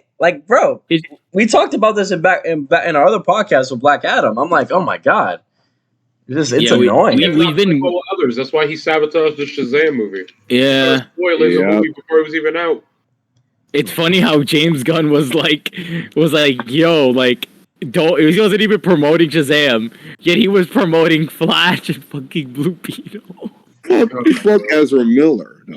He know what I know. You know what's great? If James Gunn is pushing for Flash and Blue Beetle, that's how you know Black Adam wasn't shit. That's how you know Black Adam wasn't shit. Yeah. They changed too much shit, bro. He's supposed to snap his nephew's neck. Exactly. And steal the rest of the living lightning powers. It's because of that not being in there that the shit flopped. Mm-hmm. He is not a fucking hero. Thing is, the writers, they don't really follow the comics as much. They want to do their own thing, which is fine in some cases, but if you really want to make this shit accurate, you gotta read a bit of the comics to know the character, to know how it's supposed to be. I understand. The lead role was The Rock. Do you really think that the writers had a choice since the lead role was the dude who literally his contract? Fuck no, they didn't have a choice at all. I'm saying it right now. If Dwayne Johnson could safely remove a rib to suck his own dick, he might. Yeah. That's what I said, bro. He was stroking himself. Every movie he's in, he's stroking the pee-pee every time. They didn't have a choice in the matter because The Rock being The Rock. Know. But if The Rock let go of his pride, then it would have been more successful. But I'm gonna tell you, dude, this is how I know that Warner Bros. Is pretty much just giving everything to James Gunn. You wanna know what was the most disrespectful shit I fucking seen, right? Wow. Last week, The Flash has its season finale, right? I've been singing out with The Flash. I'm not gonna lie. Only watched seasons 1 through 4, and then watch the shit with Nora. Everything else is just sort of mid. That's literally me. Yeah, literally. I stopped watching after season 2, and now I see the finale of season 9. I'm like, what? Season 3 through 8? What happened? This is the most disrespectful thing. That finale. Sorry. That finale. Sorry, bro. All right, bro. Talk. Listen, one at a time. One at a time. All right. Rock, paper, scissors. Let's do it. Rock, paper, these motherfuckers. These motherfuckers right here. Okay, I actually did watch all of The Flash. And I will say this: it was slowly declining. They picked themselves back up, and then they just fell flat with that finale. The finale was dog shit. You would not. You don't even understand until you watch the whole thing. I'm not gonna lie. That was one of the worst finales I've ever seen. I'm not gonna lie. That ending did make me tear up, though. Realizing that it's over, the ending did make me tear up a little because it's been so long. Me too, because that shit was so good. Yeah. In the beginning was amazing. It was. Zoom, season 1 and 2? Savitar, bro. Zoom? Savitar. Amazing. Reverse Flash, always been good. Mm-hmm.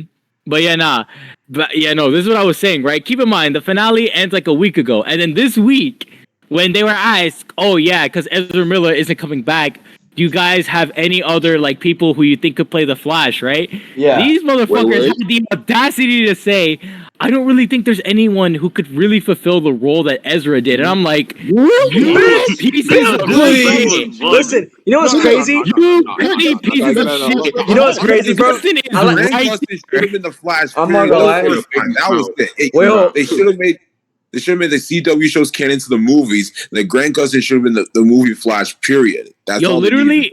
If the Flash writer didn't have his head so far up his ass, they probably could have gave him a bigger budget so he could have cooked as better as he could have in season 1 and 2 and 3. Yeah, because like, oh my god, dude, by season 5, dude, shit was going downhill in Flash, man. The writing just got horrendous. You're not wrong. But you know what's crazy?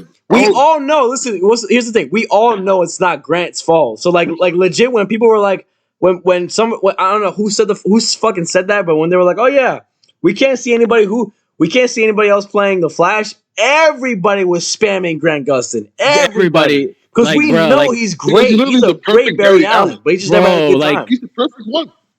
It's like Deadpool with Ryan Reynolds. Yeah, like I remember he's just like Henry Cavill, bro. He never got a good. He never got a good time, a good go around.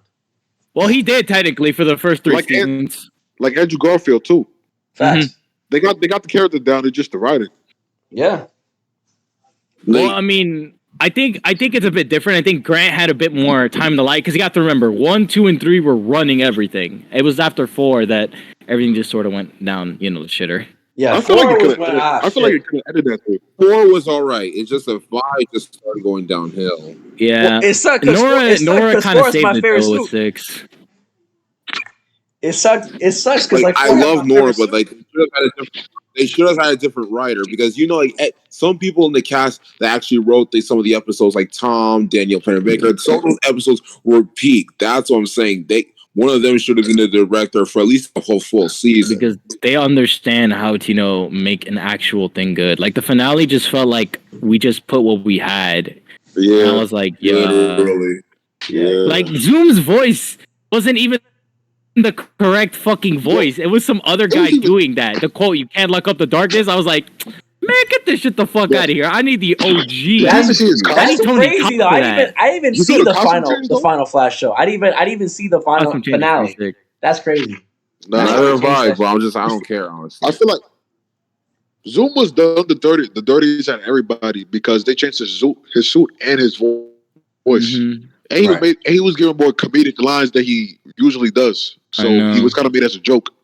Yeah. Like season 2 Zoom, he was a true menace to the show. You saw the way he was beating Barry's ass? Bruh, he was terrifying with the lightning. Yeah, with the lightning. He literally broke his back. Bro looked like a demon, bro. Like, they thought he wasn't even human anymore. That ass, and I don't even blame him. That nigga was scary. Very scary, man. I'm like, wow. Like, speaking of. Oh, sorry. I thought Steve was gonna say something, but that like how like the guy who like the Tony Todd was the guy doing like Zoom's like dark voice. Oh yeah, that's gonna be Venom's voice. It's Spider-Man 2. Yeah. Wait, who? That's gonna be yeah. Oh, the dude from Candyman and Final Destination. Yeah. Thank you. Perfect. He's gonna be the guy who plays Zoom is gonna be Venom's voice in Spider-Man 2. Yeah, dude. Yeah, dude. This is Tony Todd. Yeah. This is why Insomniac knows how to make a good game. Insomniac, they know what to do. Now, when I heard Venom said "we will" on the trailer, like, yo, that's Zoom, that's fucking Tony Todd. I popped off because that is a perfect role. That's a perfect voice, bro. That's top tier casting right there. I'm like, oh, it sounds so fucking nice. I remember the day that trailer dropped. Perfect, down to the last minute detail. Facts. I remember the day that trailer dropped, and everybody and that We Are Venom shit had me shaking in my boots. I popped off, bro. I was screaming Venom, and I was fucking stomping my floor so hard, bro. Oh my god! I was like screaming, just stomping, bro. I came just a little bit. The Venom movies are actually good, man. Just a wee bit. Like I was disappointed in how they handled it.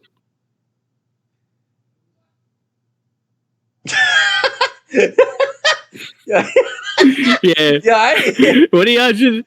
Because like I hear Steven trying to talk, then I hear Roy trying to talk, and I'm just like, okay, so whose turn is it? Yeah, I don't even know. I just be stopping. To be honest. All right, but I was Don't saying. worry, this will take some time. We will get it eventually. Who's gonna talk? Me, you, or him? You, You you. can go. If no one's gonna talk, I'm gonna make a quick comment. I guess. Fuck it. Go ahead, man. Floor's yours. This is really the year for Miles Morales and Spider-Man in general. It really is. It really is. You're right. That's a good thing. Because people are actually starting to recognize Miles as more Spider-Man than before. So Facts. it is true. His balls dropped in this movie. I wonder how he's going to end this.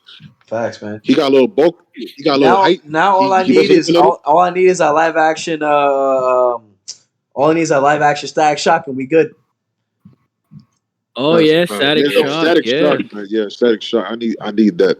Me too. Like, I'm interested. That's legit the next Miles Morales movie. Yeah. Not even, bro. I mean, he's a great character. I fuck with Static Shock and Miles Morales are kind of similar to one another. Yeah. I fuck with Static Shock. He was cool with Batman and shit. He was like the next generation for the Justice League. Oh yeah, I remember that. Yeah, it was. He's like the next Black Lightning. He was. Yeah. I think his mentor was Black Lightning. In one universe. But that was in Young Justice. Like I thought Static Shock was goated. Like the Batman show, the Batman appearance, man, that shit was amazing. I loved all that. Yeah. Oh, y'all watch Batman Beyond? Of course. Yeah. Of course, I watched some of it, but I definitely did watch Batman Beyond Return of the Joker. Yo. Yeah, Batman Beyond was I love when the heroes joined him on the missions.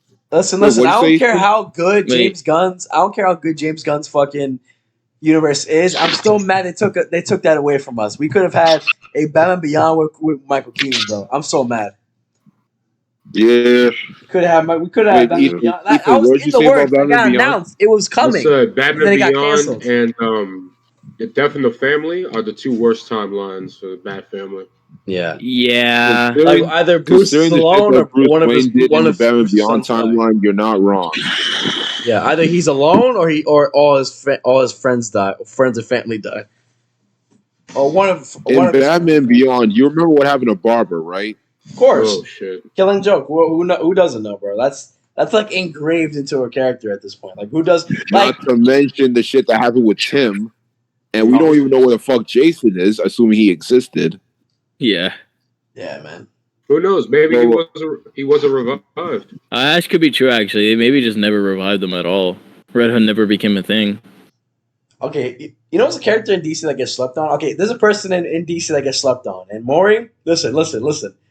I do not like Damian Wayne as a kid, but as Batman, he's fucking awesome. Oh, yo, thank you for saying that. Hold on. Damian Wayne as Batman is as Robin, he's a dick. As Batman, he's actually fucking cool as shit. Damian Wayne as Batman is the best Batman. He literally is, though. Like, dude went to hell and back to be Damian Wayne Batman. Damian Wayne Batman is the best Batman, bro. We talking about the white suit one? The white suit? Oh, now I was talking about the regular shit, but the white suit works too. Like both of those versions I like. Because I feel like he's like the best person to eventually become Batman out of everybody. But that's me. That and Dick Grayson, true. Not the Grayson. Dick Grayson is Nightwing. He's supposed to be Nightwing. The Grayson is not fit for the Batman role. He just fit don't want to for be his Batman. role. Yeah, he doesn't. He doesn't need to be Batman at all. He's good right now. I mean, that's true. I'm sorry. That's like one of the reasons why he didn't he separated himself from Batman. You know, obviously there's different reasons that he wanted to be his own person. He wanted to be his own person. One of the reasons why I love Nightwing.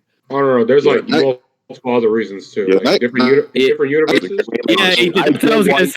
There's other reasons. I think I know with Barbara. With some universes, bro. Oh yeah. Oh god. Yeah. With Barbara, bro. Do not. I'm gonna throw up. I'm gonna cry. I'm gonna throw up. Wait. Who's speaking first? I'm gonna throw up. I'm gonna throw up. Ethan, do you want it? Ethan, you or me? Who wants to explain this? I can explain it too, honestly, God, but I don't know if I want to. Okay, long story short. Long story short. Ethan. Let's just wait. Before, can I say something? Can I say one thing before you start, Ethan? All right. Man. This is Bruce Timm's universe. This is not canon. This is just Bruce Timm's fanfic. All right, go ahead. Yeah. So apparently, Dick and Barbara were, dating, and they broke up. They had broken up already, but this motherfucker Batman got in Barbara's pants and got her pregnant. Yeah. Okay.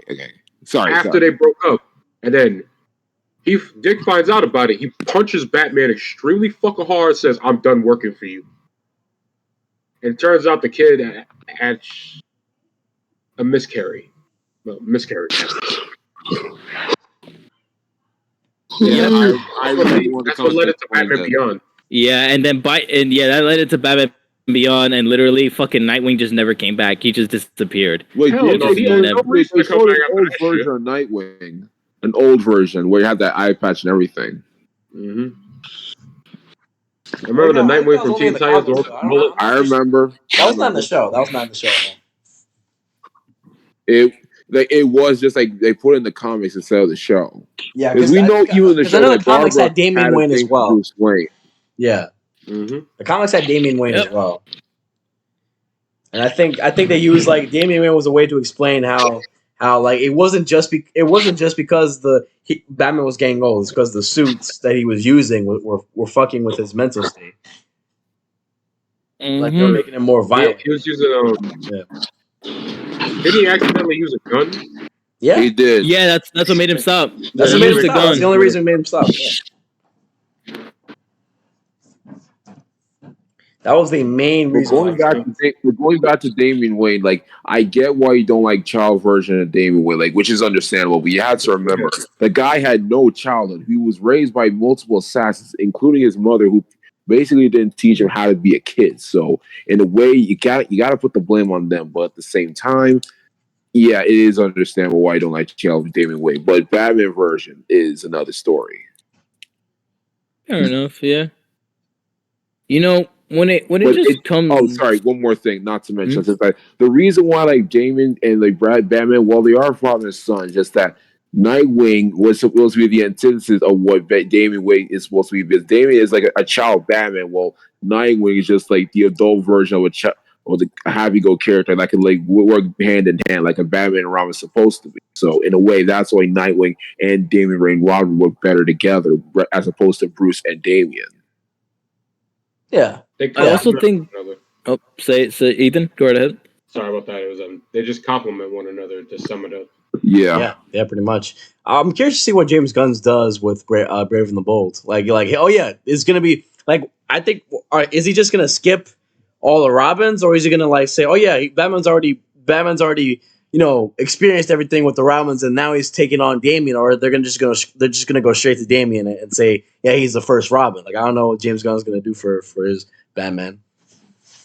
It could be either or. Regardless, I think it's James Gunn, so I think I trust him enough to let him cook. He's cooked enough these past he's reliable. I'm not saying it would be bad. I'm just saying I'm curious of what he's gonna do. Like which path he's gonna take with this. You know what I mean? Well, like is it gonna be James? Is it gonna be Damian? He's the first Robin, or Damian's the last Robin, but Batman's teaching him. You know what I mean? Mm-hmm. Yeah. That kind of shit. I'm curious. I'm very curious. Also, is it confirmed that Jensen Ackles gonna be Batman? Is it confirmed? It's looking. It hasn't been confirmed yet, but it's looking more and more likely every single day. Oh my god, bro! He's the perfect man for the role, bro. Oh my god! I would be so fucking happy. I can see him pulling out with Bruce Wayne. I can see him doing that. Yeah, I just never thought the dude who did Supernatural was gonna be Batman, but I mean, hey, he does the voiceover well. After the boys, then I could definitely see him more as a stone cold Bruce Wayne. Yeah, definitely. Hey, look, he's my favorite Robin. He's my favorite Jason Todd. So it is what it is. He can play Batman too. Fuck it. Under the Red Hood was one of the best movies ever made. Especially Batman's, super combo on this motherfucker. Yo, the fucking triangle square combo on the bathroom, bro. Bro, hit him with the Arkham Day. Bro, hit him with the Arkham Day 1 combo. That's crazy. Like, bro, he did not give any time of the cover. He literally shoved his face in the toilet seat and he broke that shit. You want to be better than me? Not like this. Yeah, God. Threw him to a fucking wall, bro. Like 2 walls. Was it 1 wall? It was 2. It was 2. I think it was 2. But yeah, that shit was nasty. Like he came in fucking pocket it. You want me better than me? Not like this, and then fucking like palm. Like he just tapped him on the fucking shoulder, like on the chest, and he went through the wall. I was like, God damn, Batman. Yo, do this to Joker, not fucking Jason Todd. Yeah, bro, this is how he disciplines. Hello? Bro. Remember we hear you, Mark. Remember in Bad Blood when he was brainwashed by Talia? Oh yeah. But like, I think he remembered all the times that Dick was talking shit, but he was trying to go out with Selena. Mm-hmm. Like, I remember what you said. I'm not really brainwashed. I'm just whipping your ass because he was beating the dog shit out of me. I remember that. I was whooping your ass because I want to whoop your ass. Y'all talk about the best Bat family member? Of course. What? Y'all talk about the best. Y'all talk about the best Bat family member, Jason Todd. Oh, Jason Todd? Oh, we're talking about Under the Red Hood. Yeah. We're talking about Under the Red Hood. We're talking about Jensen Ackles, being the new voice actor for Batman, and then we were talking about his, accolades, Actor Batman, yeah. Like being the new Batman for Brave and the Bold. Yeah. Jason Ackles is perfect. I ain't gonna lie. He did. That's the only thing he missing. It's the height. Yeah, but they could just edit that, They could just make him look taller than everyone else. But bro, listen, here's my thing. Like, editing. Like most people aren't that tall. Like fucking Chris Evans isn't. It was supposed to be like, well, Chris Evans wasn't the right height for Captain America, and he still is Captain America. So I was like, I don't mind that at all. Like Michael Caine is my height, and he still was Batman. All right. As long as they look close enough, they're fine. Yeah, they're like that. As long as the costume is good, they act right. They act a certain way. It's fine. I don't care. Like Robert Pattinson proved to me that legit. It doesn't like it depends on the actor themselves. Something in the way. Something's in my ass. Yeah, I fucking do it. I fucking do it. After hearing that, the thought of my head of like them actually hiring somebody good when it comes to being an actor. Yeah. He's like 4 foot. Imagine a 4 foot person being Batman. Me this Batman. Hey, Hornswoggle on WWE. Long, hard, and has come in the middle. A penis. No, the answer is cucumber. Why do you know this? God damn it, Steven. God damn it. Steve, you be selling me, man. I ain't gonna lie. I be selling you. Heard that joke before from like a 20-year-old, I think. No, Twitter, 20-year-old. TikTok. A 20-year-old in person. That's just depressing. Yes. But he made the joke. I'm like, it was funny for a second. Well, like, what's the joke? You're fucking 20. The thing Steven just said. I didn't hear what Steven said. Listen, bro. You never listen. You're never too old to be a fucking child. Don't repeat it. Don't repeat it. All right. You're never too old to be a child. All right. Let's give it a roll. Yeah, fair enough. But yeah, that's true. But what I was gonna say was, since we were talking about Jensen, Ackles, I'm not gonna lie, the boys, kind of killed it. He really did. I'm not sure if anyone here has like watched the entirety of the boys. I watched some episodes, but Soulja Boy, him and Soulja Boy some shit. Soulja Boy is great, dude. I love him. He was my favorite until I found out what happened to my son Black Noir. He was my favorite. I know. Mm-hmm. Still probably is my favorite, but that brings him down a lot. I know. Yeah. Black Noir should have gotten more episodes. Nah. They made Black Noir sympathetic because in the comics he is not. No, he's not. He's a dog shit character in the comics. Like, it was a good plot twist, but whatever. No one really it's just crazy how they took a comic that was arguably kind of shit. It was shit. It was shit. And they created it into something fucking amazing, So crazy. Yeah. Like, they took that and just like, I'm not gonna lie, Homelander in the comic is like fodder compared to fucking Homelander, compared to Homelander Amazon, bro. Amazon Homelander, bro. That man's a fucking. But even then, if we were comparing, it's run by Amazon, Ethan. It's run by Amazon. I don't know how to word it. Just call him Bezos Homelander. Fucking Bezos, bro. That's crazy. That's hilarious. Bezos Homelander. I guess, Bezos Homelander. Bezos Homelander. That's one way to think about it. But Bezos Homelander is nuts. That's crazy. I do think, yeah, like a lot of the stuff they do for, let's say, A-Train, or a lot of the stuff is way better than the comic book. Of course, like Giles said, comic book is okay, but the show is so much better. Like it really brings it up. It's not comparable. Like it was made by a guy. Like it was made. Like comic was just made by a guy who hated superheroes, and then Amazon took that and actually made it something compelling, like interesting. You know what I mean? Like like it was interesting in the comic book, but not to this extent in the show. They made it like, I don't know. They just made it so much better. The show leveled up everything, took out shit that was unnecessary. Yeah, the comic book was just unnecessarily edgy for no reason. Yeah. But the thing you could get out of this is that in comparison to the comic book, which was, a parody on superheroes, like kind of like Lobo in DC. Yeah. All these steroided ass superheroes coming out, you need something to break the monotony of it. Right. Which is why Lobo was perfect. Mm-hmm. And this guy over here is perfect in The Boys. Nobody's a real fucking hero. They all doing stupid shit. Look at A-Train. There are no heroes in The Boys. It's a matter of doing what's right and what's wrong. Yeah, but even the boys themselves are starting to become bad. Like that's how you know. Like that is true. I love the fact that in season 4. I'm sorry, I don't know if y'all spoiled. Like I already saw the whole show. I like the fact in the recent season, like you start to see the power corrupting them.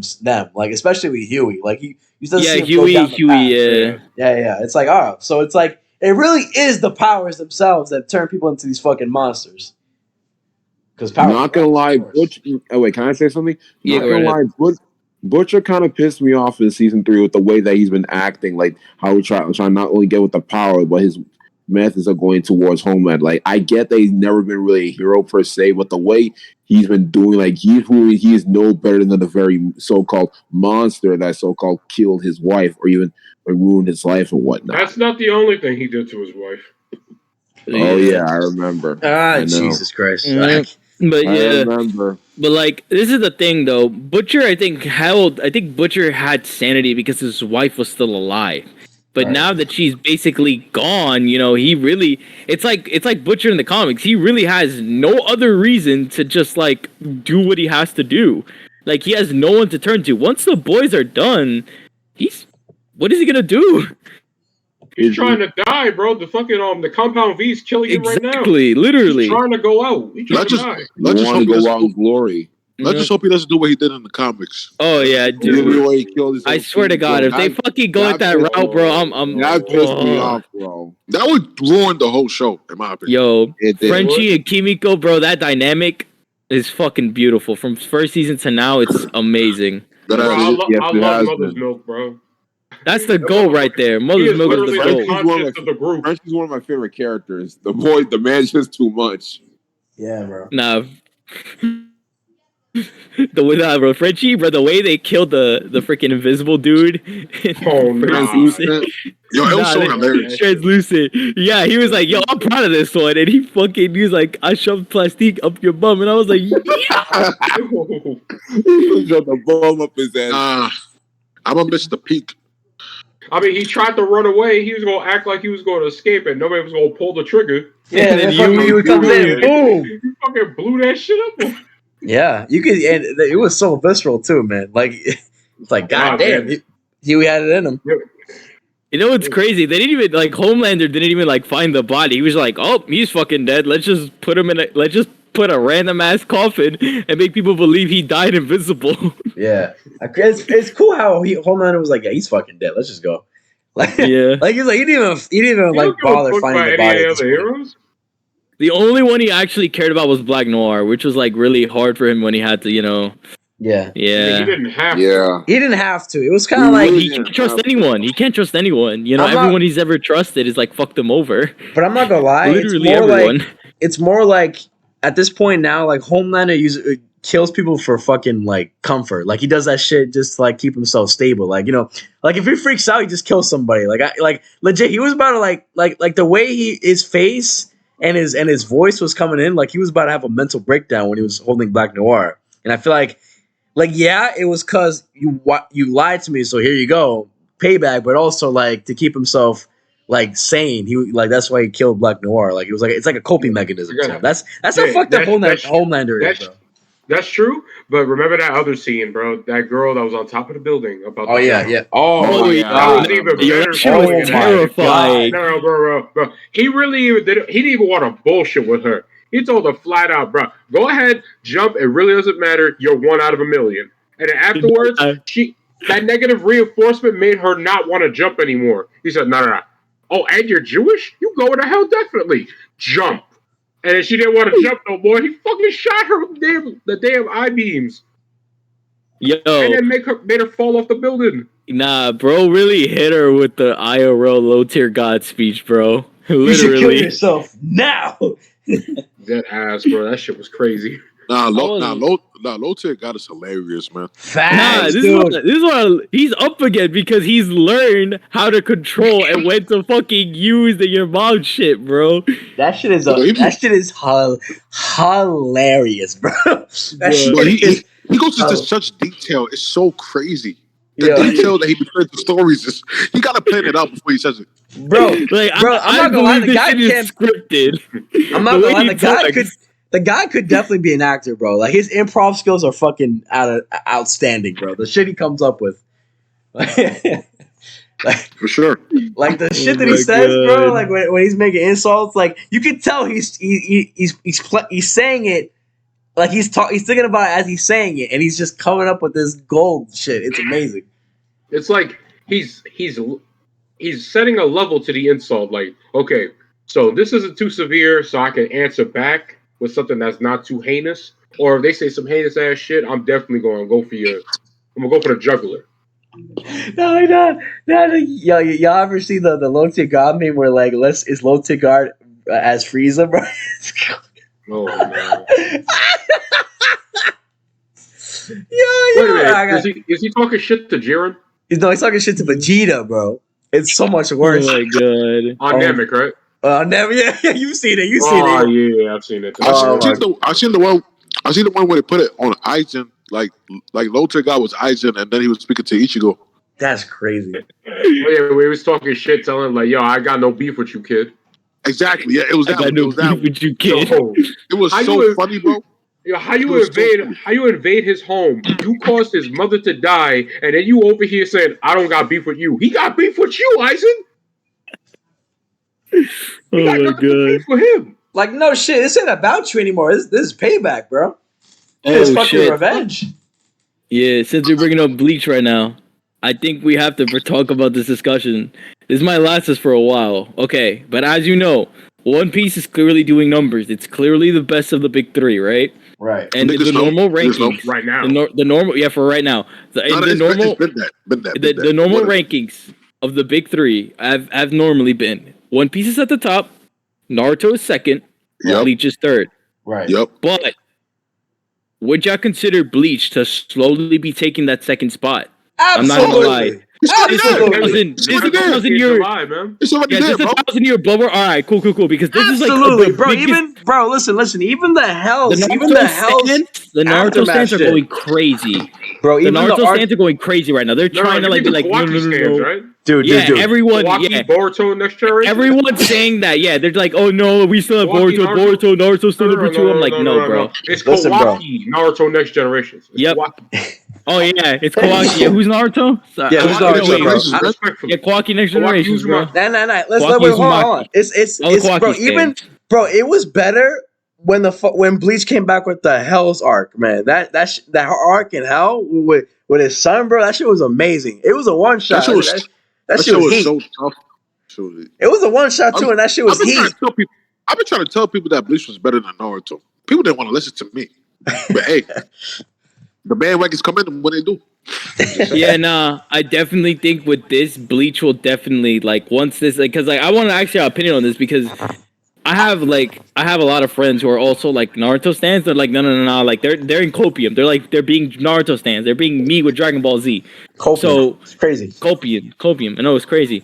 So I just wanted to get your honest opinion. So yeah, okay, we're all in agreement because there are a lot of people who are dying. Like they're scared to death of Bleach coming back because with this animation, with this like everything, this 50 core like whole season should be more than enough to take the second spot, I believe. Yo, Return of the King. Return of the King, bro.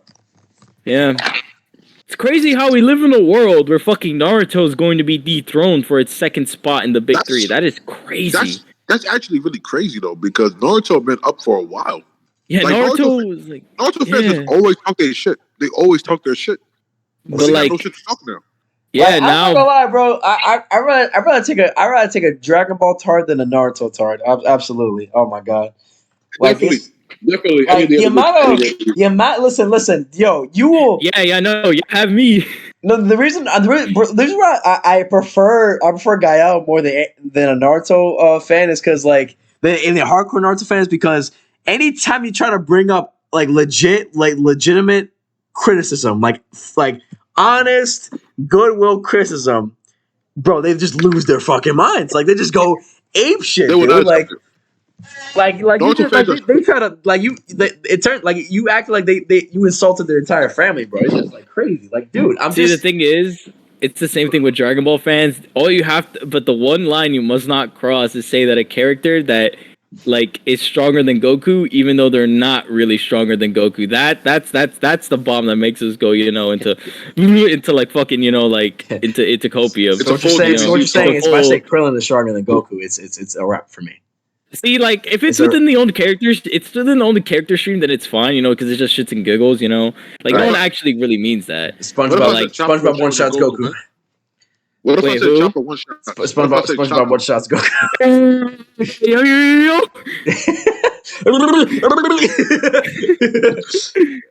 What if I just said Luffy beats Goku right now? What if I say that, man? Alright, bro. Yo, Gear 5 about it. Listen, it's about a dethrone. It's about a dethrone. Okay, look, listen. Remember what I said. That Toon Force is whack, bruh. Bro, I can't even take it on a planet. I don't want to hear it. Listen. Yo, the Looney Tunes be cool. The Looney Tunes is Looney Tunes should be cool, man. Against UI, though? You said what? Against UI? Against UI, that ain't shit. They've been dodging attacks since fucking day one. All right, it's shit that we've already seen before. That ass, nah, bro. They've been dodging attacks since day one. What you mean? Nah, bro. It just looked cooler this time. It's the same shit. It just looks nice now, but it's the same shit. Y'all can say what y'all want. It don't matter, bro. Because I already know the answer. I already know the answer. All I'm saying is, Luffy makes a slingshot, it's over for Goku. Listen, bro, I'm just saying this might have the potential to be the Gear 5. Gear 5 might be one of the most iconic transformations in all of anime when it comes out. It will be. It will be. 100%. It will be. Not even as a One Piece fan. That's just people talk about. That's just a blatant fact. Yeah. Yeah. People talk about way too much, man. I think it'll be on the level of Super Saiyan. Honestly, I honestly do believe that. I would because this is the thing. Not because of the moment. It's because of the fact in the anime. It's been animated for 7 months. Warner Brothers are doing this. It's the dedication to create something that big. Okay. Yeah. I think. Yeah, it's I think it'll be there based on the dedication and the look and the visuals of it.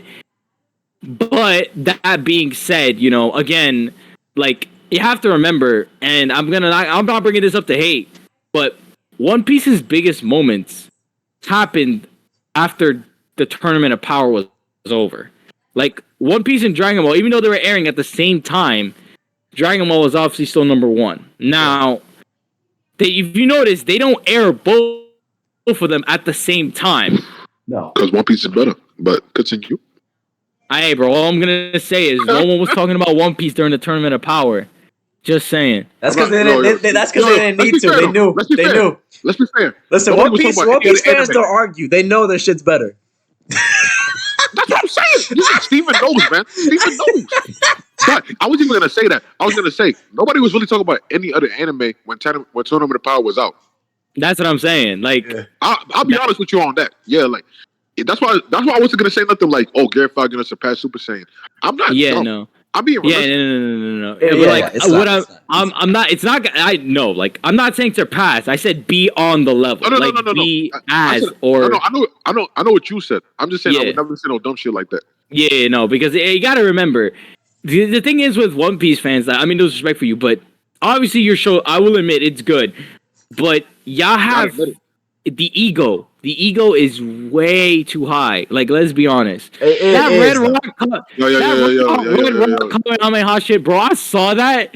I showed that to my cousins. We laughed for 10 minutes straight. No joke. 10 minutes straight. No guile.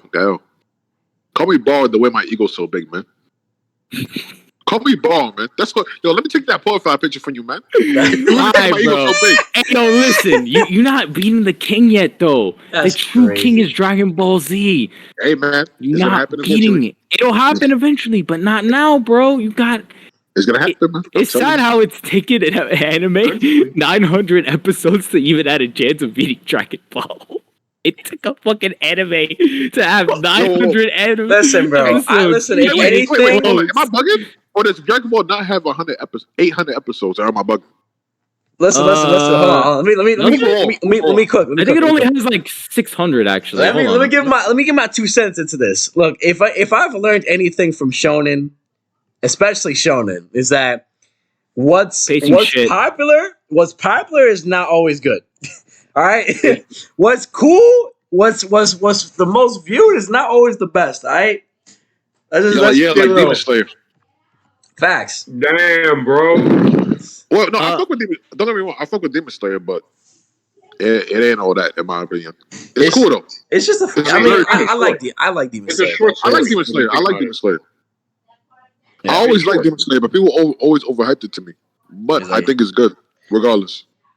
It's definitely a good watch, like no matter what you think. I was watching the Tournament of Power because I was waiting for X Hunter to come back. Oh no! Don't even bring on Hunter X Hunter, bro. Yo, look, okay, Steven. All right, bro. I know, like, I joke around with the hiatus shit, but dude, just accept it at this point. He's a perfectionist. Yeah. He's not giving it up. He's not. It sucks because his wife is Sailor Moon, literally. Yeah, man. The dude's legit handicapped. The man is like your own wife with something like this. Yeah, bro. Like, the dude's legit handicapped, and he's still trying to, still trying to make the series, man. That's some dedication shit, bro. Like, the dude's actual, like, his back is fucked, and he's still trying to draw. Like, it's.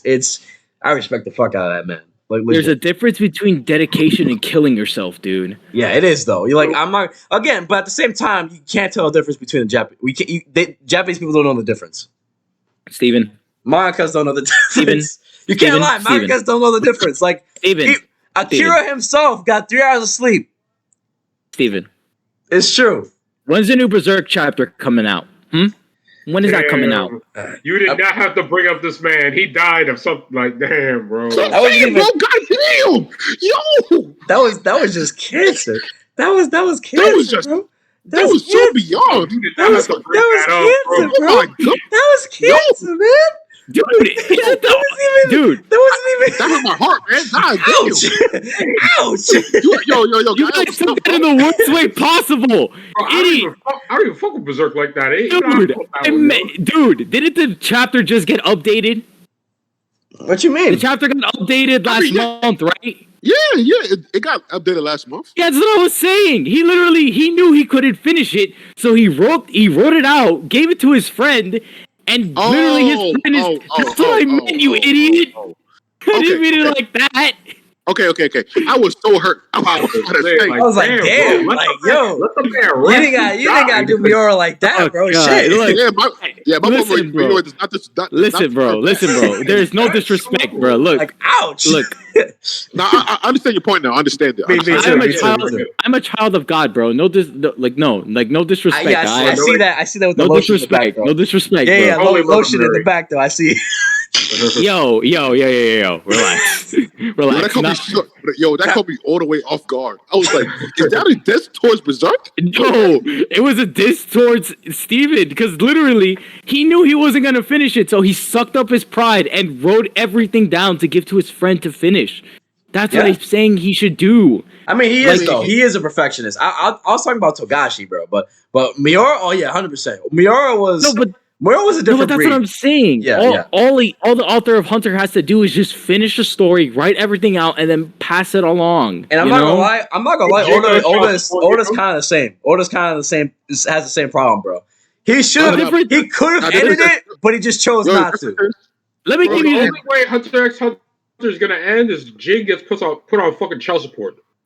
Because then that's the only way this shit's gonna end. He keeps following this motherfucker around. Yo, I ain't gonna lie, Steven. I saw a Hunter x Hunter shirt at Burlington. It was kind of fire. I'm gonna need to send that link, bro. I haven't watched it yet. So I gotta buy it. Wait, I gotta buy it. You havenn watched Hunter? Yeah, I've been telling this man. I've been telling this man since the fucking podcast started, bro. Please, Jesus, dude. Code Geass Hunter. I got the whole summer, bro. Listen, I'm not gonna lie. Listen, Maury. I've been telling this man since I've met him. I've been telling this man since I've met him. I know, bro, but like, dude, he's the GOAT. He's better than Attack on Titan. I don't care. He's the GOAT. Lelouch. Code Geass is better than Attack on Titan, bro. Really how they took a homie, bro. I know. Man, fuck y'all. Gitama's better. Yo, listen, Gitama's a completely different thing, bro. That's comedy. I don't think we need to be disrespectful in here saying that shit, bro. I mean, hey, don't get me wrong. All right, Gitama's a comedy. I was joking. I meant that in a nice way. You can't. All right, let me give you. You're comparing Gitama to like fucking. I don't know. Compare Gitama to fucking. One Piece.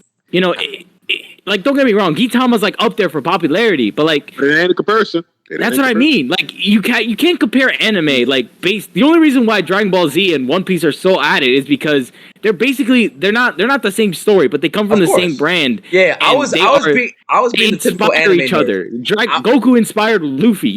They're inspired from each other. The thing is, when we talk about different animes, this is actually what kind of like just pisses me off in general. Just about when people are like, oh yeah, this anime is better than that. I'm like, like, oh yeah, Kaguya-sama Loves in War. It doesn't even compare to fucking Dragon Ball. I'm like, of course it fucking doesn't. Kaguya's a fucking romance anime. Yeah, like, anime fans be doing that shit a lot. Oh my god, I can't even lie. I'm like, dude, like, why are you comparing shows that are not even of the same genre and don't even have the same like type of sequences? Like, that doesn't make any sense. I'm not gonna lie, dude. I'm not gonna lie. The anime community might be a little bit worse than the Smash community.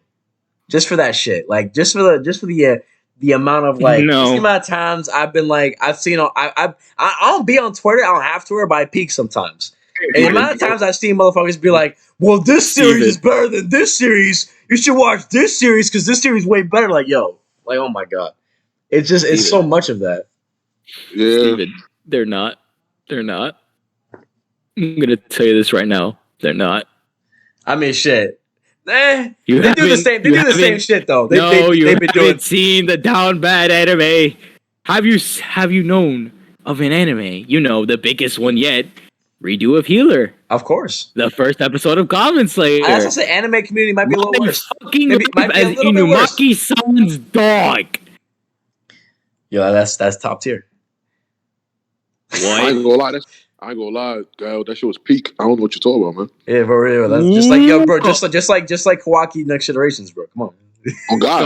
What I'm hearing is you want to be a dog that. Oh God, I don't think I can even say this. Arf, hey man, I wouldn't be mad at the situation. Arf, my guy. Niggas know. That motherfucker's not bad as shit. You want to be a fucking. Hey man, if you ask me, I want to be Rihanna's dog. Come on, man. Yeah, fucking, Julia, fucking, what's it called? Jessica Alba's dog, bro. Oh, Arf, my guy. Exactly. I just love how Gio's just here. This is the first thing he's here. Me talking about the 3 most degenerative anime. By the way, this is all going in. By the way, I'm not gonna lie. This is all going. This is all recorded. By the way, you can hear idle. Hey man, no face, no case. Listen, this is all.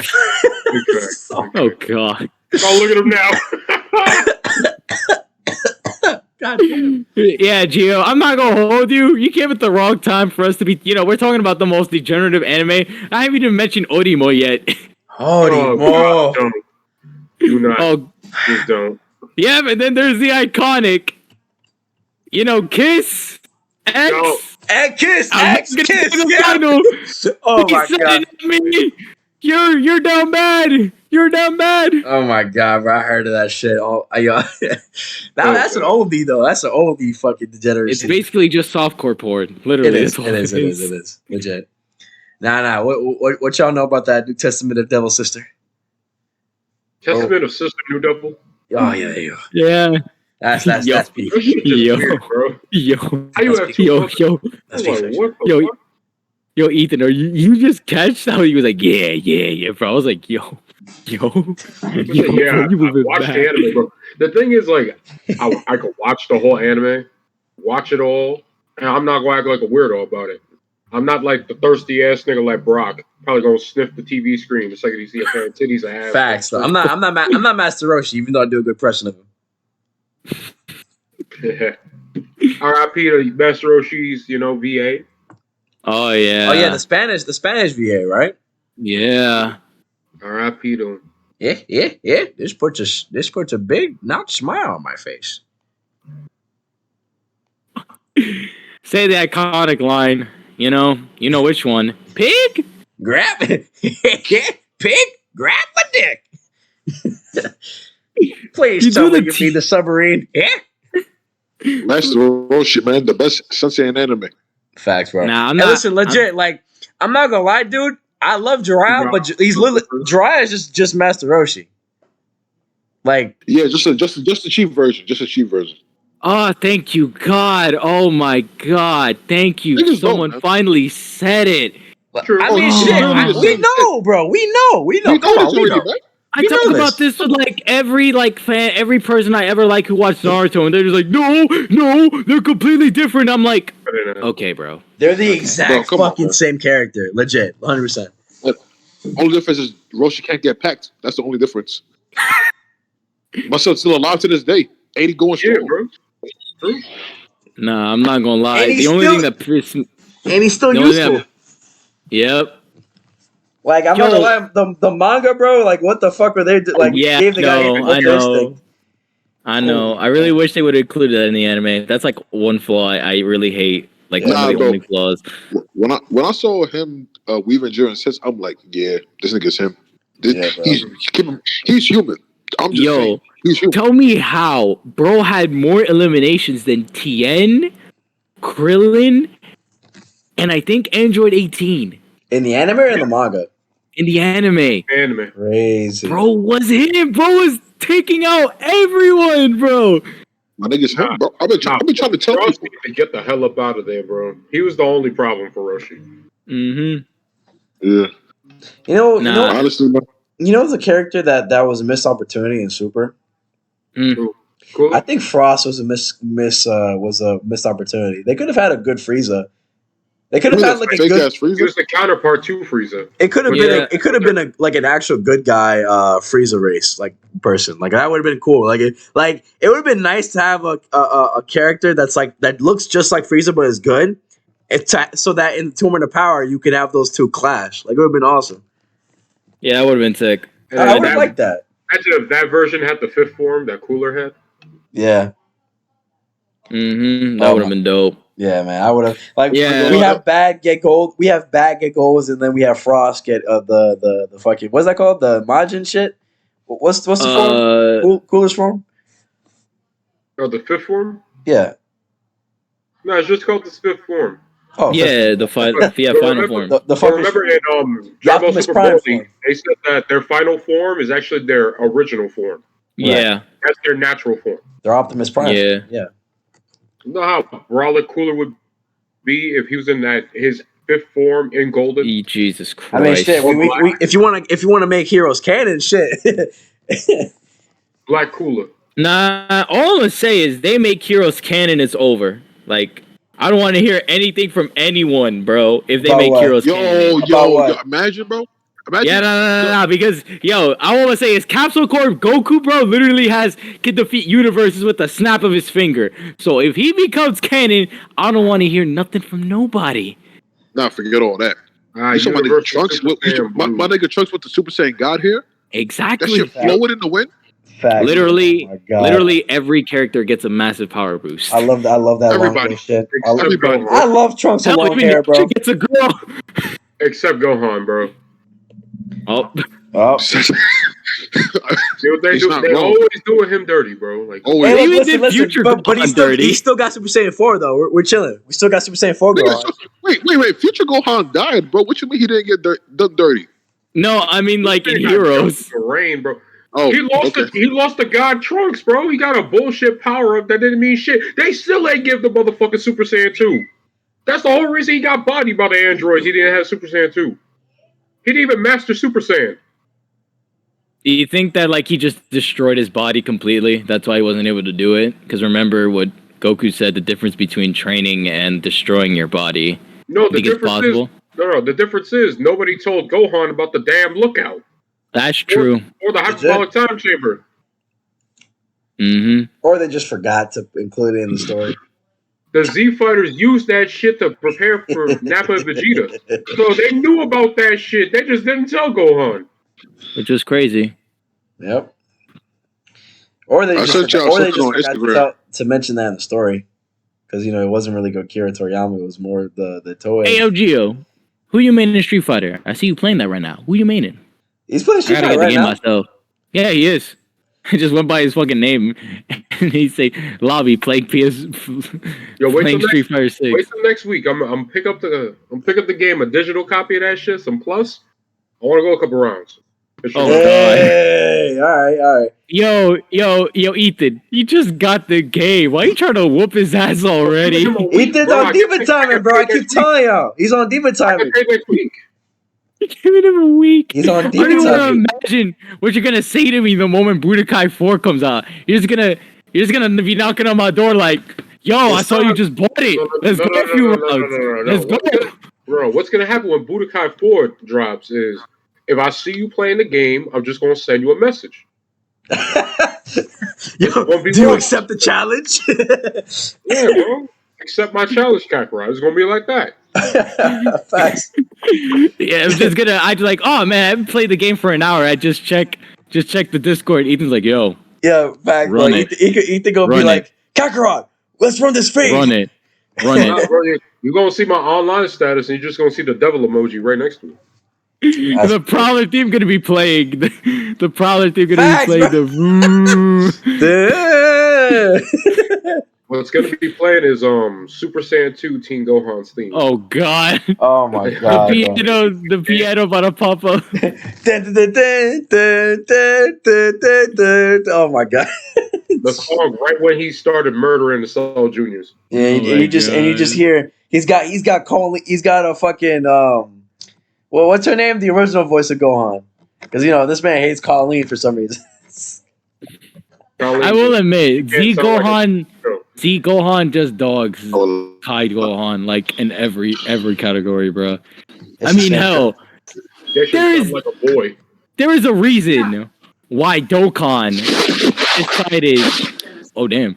There's a reason why Dokkan decided to give the BoJack Gohan his original voice in English. Like, there's a reason why they chose to do that. I damn near maxed out LR on purpose. That's this is a hating ass motherfucker right here. I mean, hey, all I'm gonna say is you can hate him when you want. When that Gohan first came out, he was number one. That Gohan was running the meta when he first came out. I believe it. So I don't blame him. Colleen Clickenberg, bro. I just wish she stopped playing. I wish she stopped voicing little boys, bro. Ursa Scarlet is perfect. She was saying how. Oh my god. I was asking him like how he got to the college and shit. They say he was living by himself. So he's a great VA. Problem is, stop voicing. Everything's paid for. Yeah. Except you can stay with Luffy. That must be nice. Like, I can't imagine. I ain't got no problem with that. I mean, the situation you put it is not nice, but Hey, Maury, move your mic real quick. I didn't finish. About being a mouse scholar. Maury. There's a mouse scholars for like people that kicked out or have no other option. Maury. They're homeless. Yeah. Maury. My brother in Christ, you're not muted. Maury, mute your mic. Bro, somebody text him or something? It's Maury. All right, fine. I got this. My roommate. Maury. I got you. All right, so continue our conversation though. What you were saying about Colleen, Ethan? What is? I mean, I get you. Okay, look. What about her as Luffy? Yeah, I'm okay with that. I have no problem with that. Because it makes sense, stretchy rubber boy. The voice makes sense. He's a rubber human. He's supposed to sound squeaky. It makes sense to me. Mm-hmm. For Gohan, no. He just sounds like a bitch. I'm sorry to say it like that, but he does. I hate the fact that he's just not wrong. Yeah. I remember when I heard Zeke Gohan versus Kai Gohan, I was like, yeah, there's just no competition. I mean, I'm not gonna lie. I grew up with Kai Gohan, so I'm like, when I first went to Z, I was like, oh my god. But then I'm like, I'm not gonna lie, that was me. It was. I didn't have a problem with Team Gohan. I had a problem with Frieza, bro. Yeah. Frieza sounded. I had to get used to Frieza in Z, bro. Because I think the VA for Gohan also played. I think some of she played Frieza as well, but I think another character in the show. I forgot. Yeah, I think that's Baba. where Kai had the better Frieza. Of course, the legend himself, Chris Ayers, rest in peace. Yeah, Chris Ayers. Yeah. Rest in peace, bro. Yeah, you know what's crazy? Now that we're talking about that, the guy who replaced him, the guy he does the voice actor of Sephiroth in Final Fantasy the remake. I honestly I don't hear a difference. I think he nailed it. Maury, when you saw the new unit, the Goku and Frieza, right? When you heard Frieza's voice, I'm not gonna hold you. I didn't hear any difference. Yeah, it's very slight. It's very slight. You have to listen. It sounded really accurate. Yeah, it's really I couldn't even tell until I saw side by side, and I really had to listen in. So honestly, the fact that they were able to find someone to replace it without sounding not too different from the mark was pretty good of them. Shows really how much care they have, for the show. Yeah, because Frieza ain't a regular anime character. That's one of those voices that you recognize. Yeah, literally. Yeah, he is the original racist anime character. Facts, the original racist. Facts, bro. But I don't think I ever said this before, but I think Zamasu's the best Dragon Ball villain in my opinion. Zamasu? Wow, what? Hey man, I'll fight you on that, bro. Cool I'll fight you on that. I can understand why. -5 cool points. Low Oh my key, god. No. Y'all not seeing my vision. Y'all not seeing the vision, bro. Let me see. -5 cool points. I eat the cook. Let me see if I can support that. You gotta understand something pretty simple here. Zamasu was literally the epitome of a god doing everything wrong. That's true. Yep. He quite literally was beefing about a whole other universe that had nothing to do with him. It wasn't even his counterpart universe at all. Mm-hmm. He had nothing to do with that universe at all. He made it his fucking business to involve himself for no fucking reason at all. Stay in your own jurisdiction, your own domain. Stop. Why are you intruding upon another universe's law, domain, rule, and everything? So he's a big ass hypocrite on top of everything. What are you motherfuckers talking about? Who is Peach? Who's Peach? Yeah. What are you motherfuckers talking about? Hey Kevin, what's up? You're part of you're currently right now part of the podcast I'm doing right now. We're on YouTube. We've been going for 3 hours. Yeah. I think actually let me check. Has it been? I think it's been 2. I'm not gonna lie. This has gone slower than usual. All right, we've just hit 2 hours and 17 minutes. Oh god. I feel like that's because we're not. Let me guess. You're talking about the movie. Yeah, we talked about the movie. We talked about a lot of stuff. Yeah. I love that for you right now at this point. Yeah. Well, what was we talking about? You were saying that Zamasu was the best villain in Dragon Ball Super. Yeah. Still standing on that. Yeah. I mean, how many villains have actually said, There was nobody there that could actually stop me unless there was bullshit reasons why they were able to stop me. That's true. And the man came back not once, not twice, but 3 different times. So serious. The ruler of the fucking whole universe has had to say, "All right, I'm gonna erase that whole fucking timeline because I'm tired of you." No, I'm just saying, bro. Nobody has ever went to that extent. Now that I'm thinking about it, fair enough. Yeah, I could see it. I think I can see it now. Fair enough. My mind has been changed for once. Yeah. Appreciate it. I'm glad you're seeing the vision. I'm seeing the vision now, but for me, I think it's just it's always been the tie between Frieza and Cell. I can respect that. For me, Cell was wasting potential. Like, he had every power. Right. Mm-hmm. I have to say, personally, I think it's always been. I think it not. Let me see. I think it's always been like King Piccolo or Frieza for me.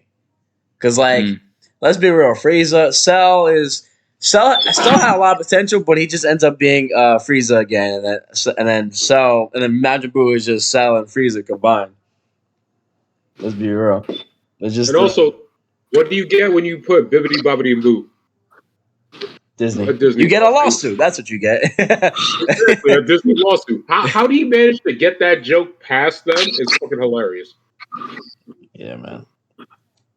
But I think the reason why I fucked with King Piccolo and Frieza, especially King Piccolo, is because they gave the original OGs that those evil them villains you like to keep watching. You know what I mean?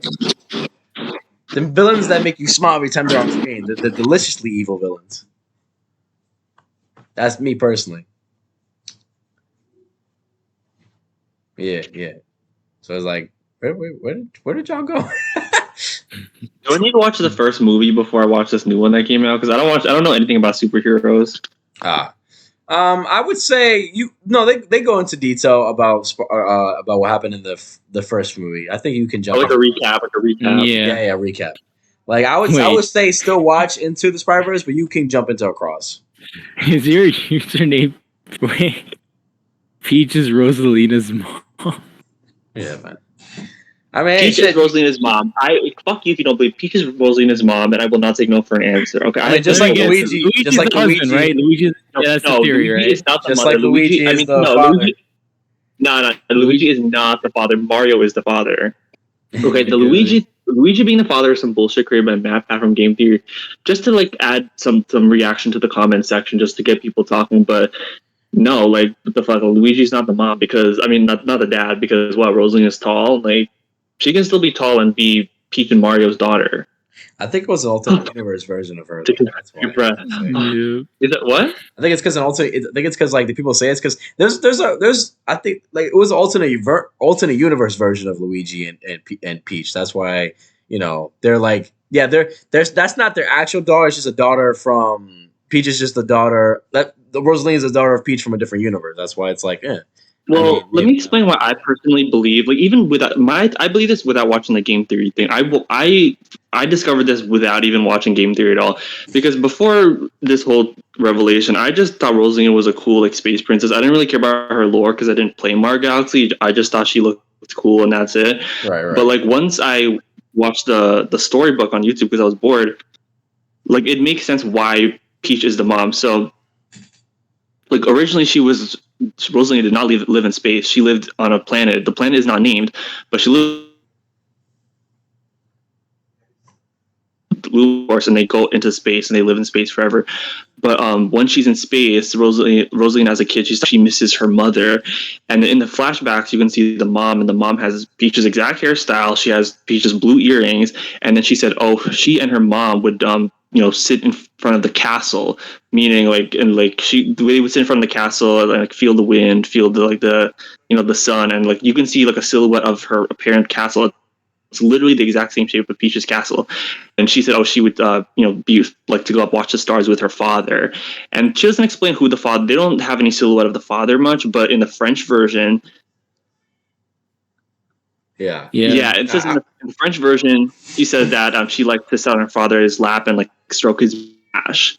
So I'm that's Mario. That is literally Peach and Mario. And also, the crazy thing that the reason why literally her parents will not take no for an answer. It says because at the beginning of the game it says that a comet arrives in the Mushroom Kingdom every 100 years, and that's the festival that we see at the beginning of the game.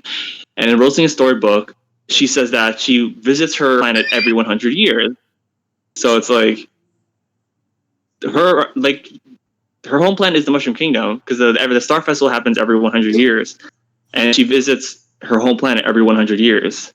So, yeah, like that's her home. Yeah, I got you. I feel like just imagine like Mad Pat just comes into fucking call. Actually, imagine. Actually, yeah. All right. Actually, you know what? We can continue the discussion going, but let me end the recording. All right. We can continue talking. Let me end the recording. All right. That was Geeks and Ways episode 10. Yeah. I actually enjoyed our discussion today. It was a fun time. Yeah. Like, a lot of good topics, with the writer's strike, is Spiderverse. Again, Spiderverse is such a great movie. Please go out and see it. It's really fucking amazing. Is there anything you want to say, Gael? Yeah. Nothing. Yeah. I was just gonna say, I was gonna head out. I'm kind of tired now.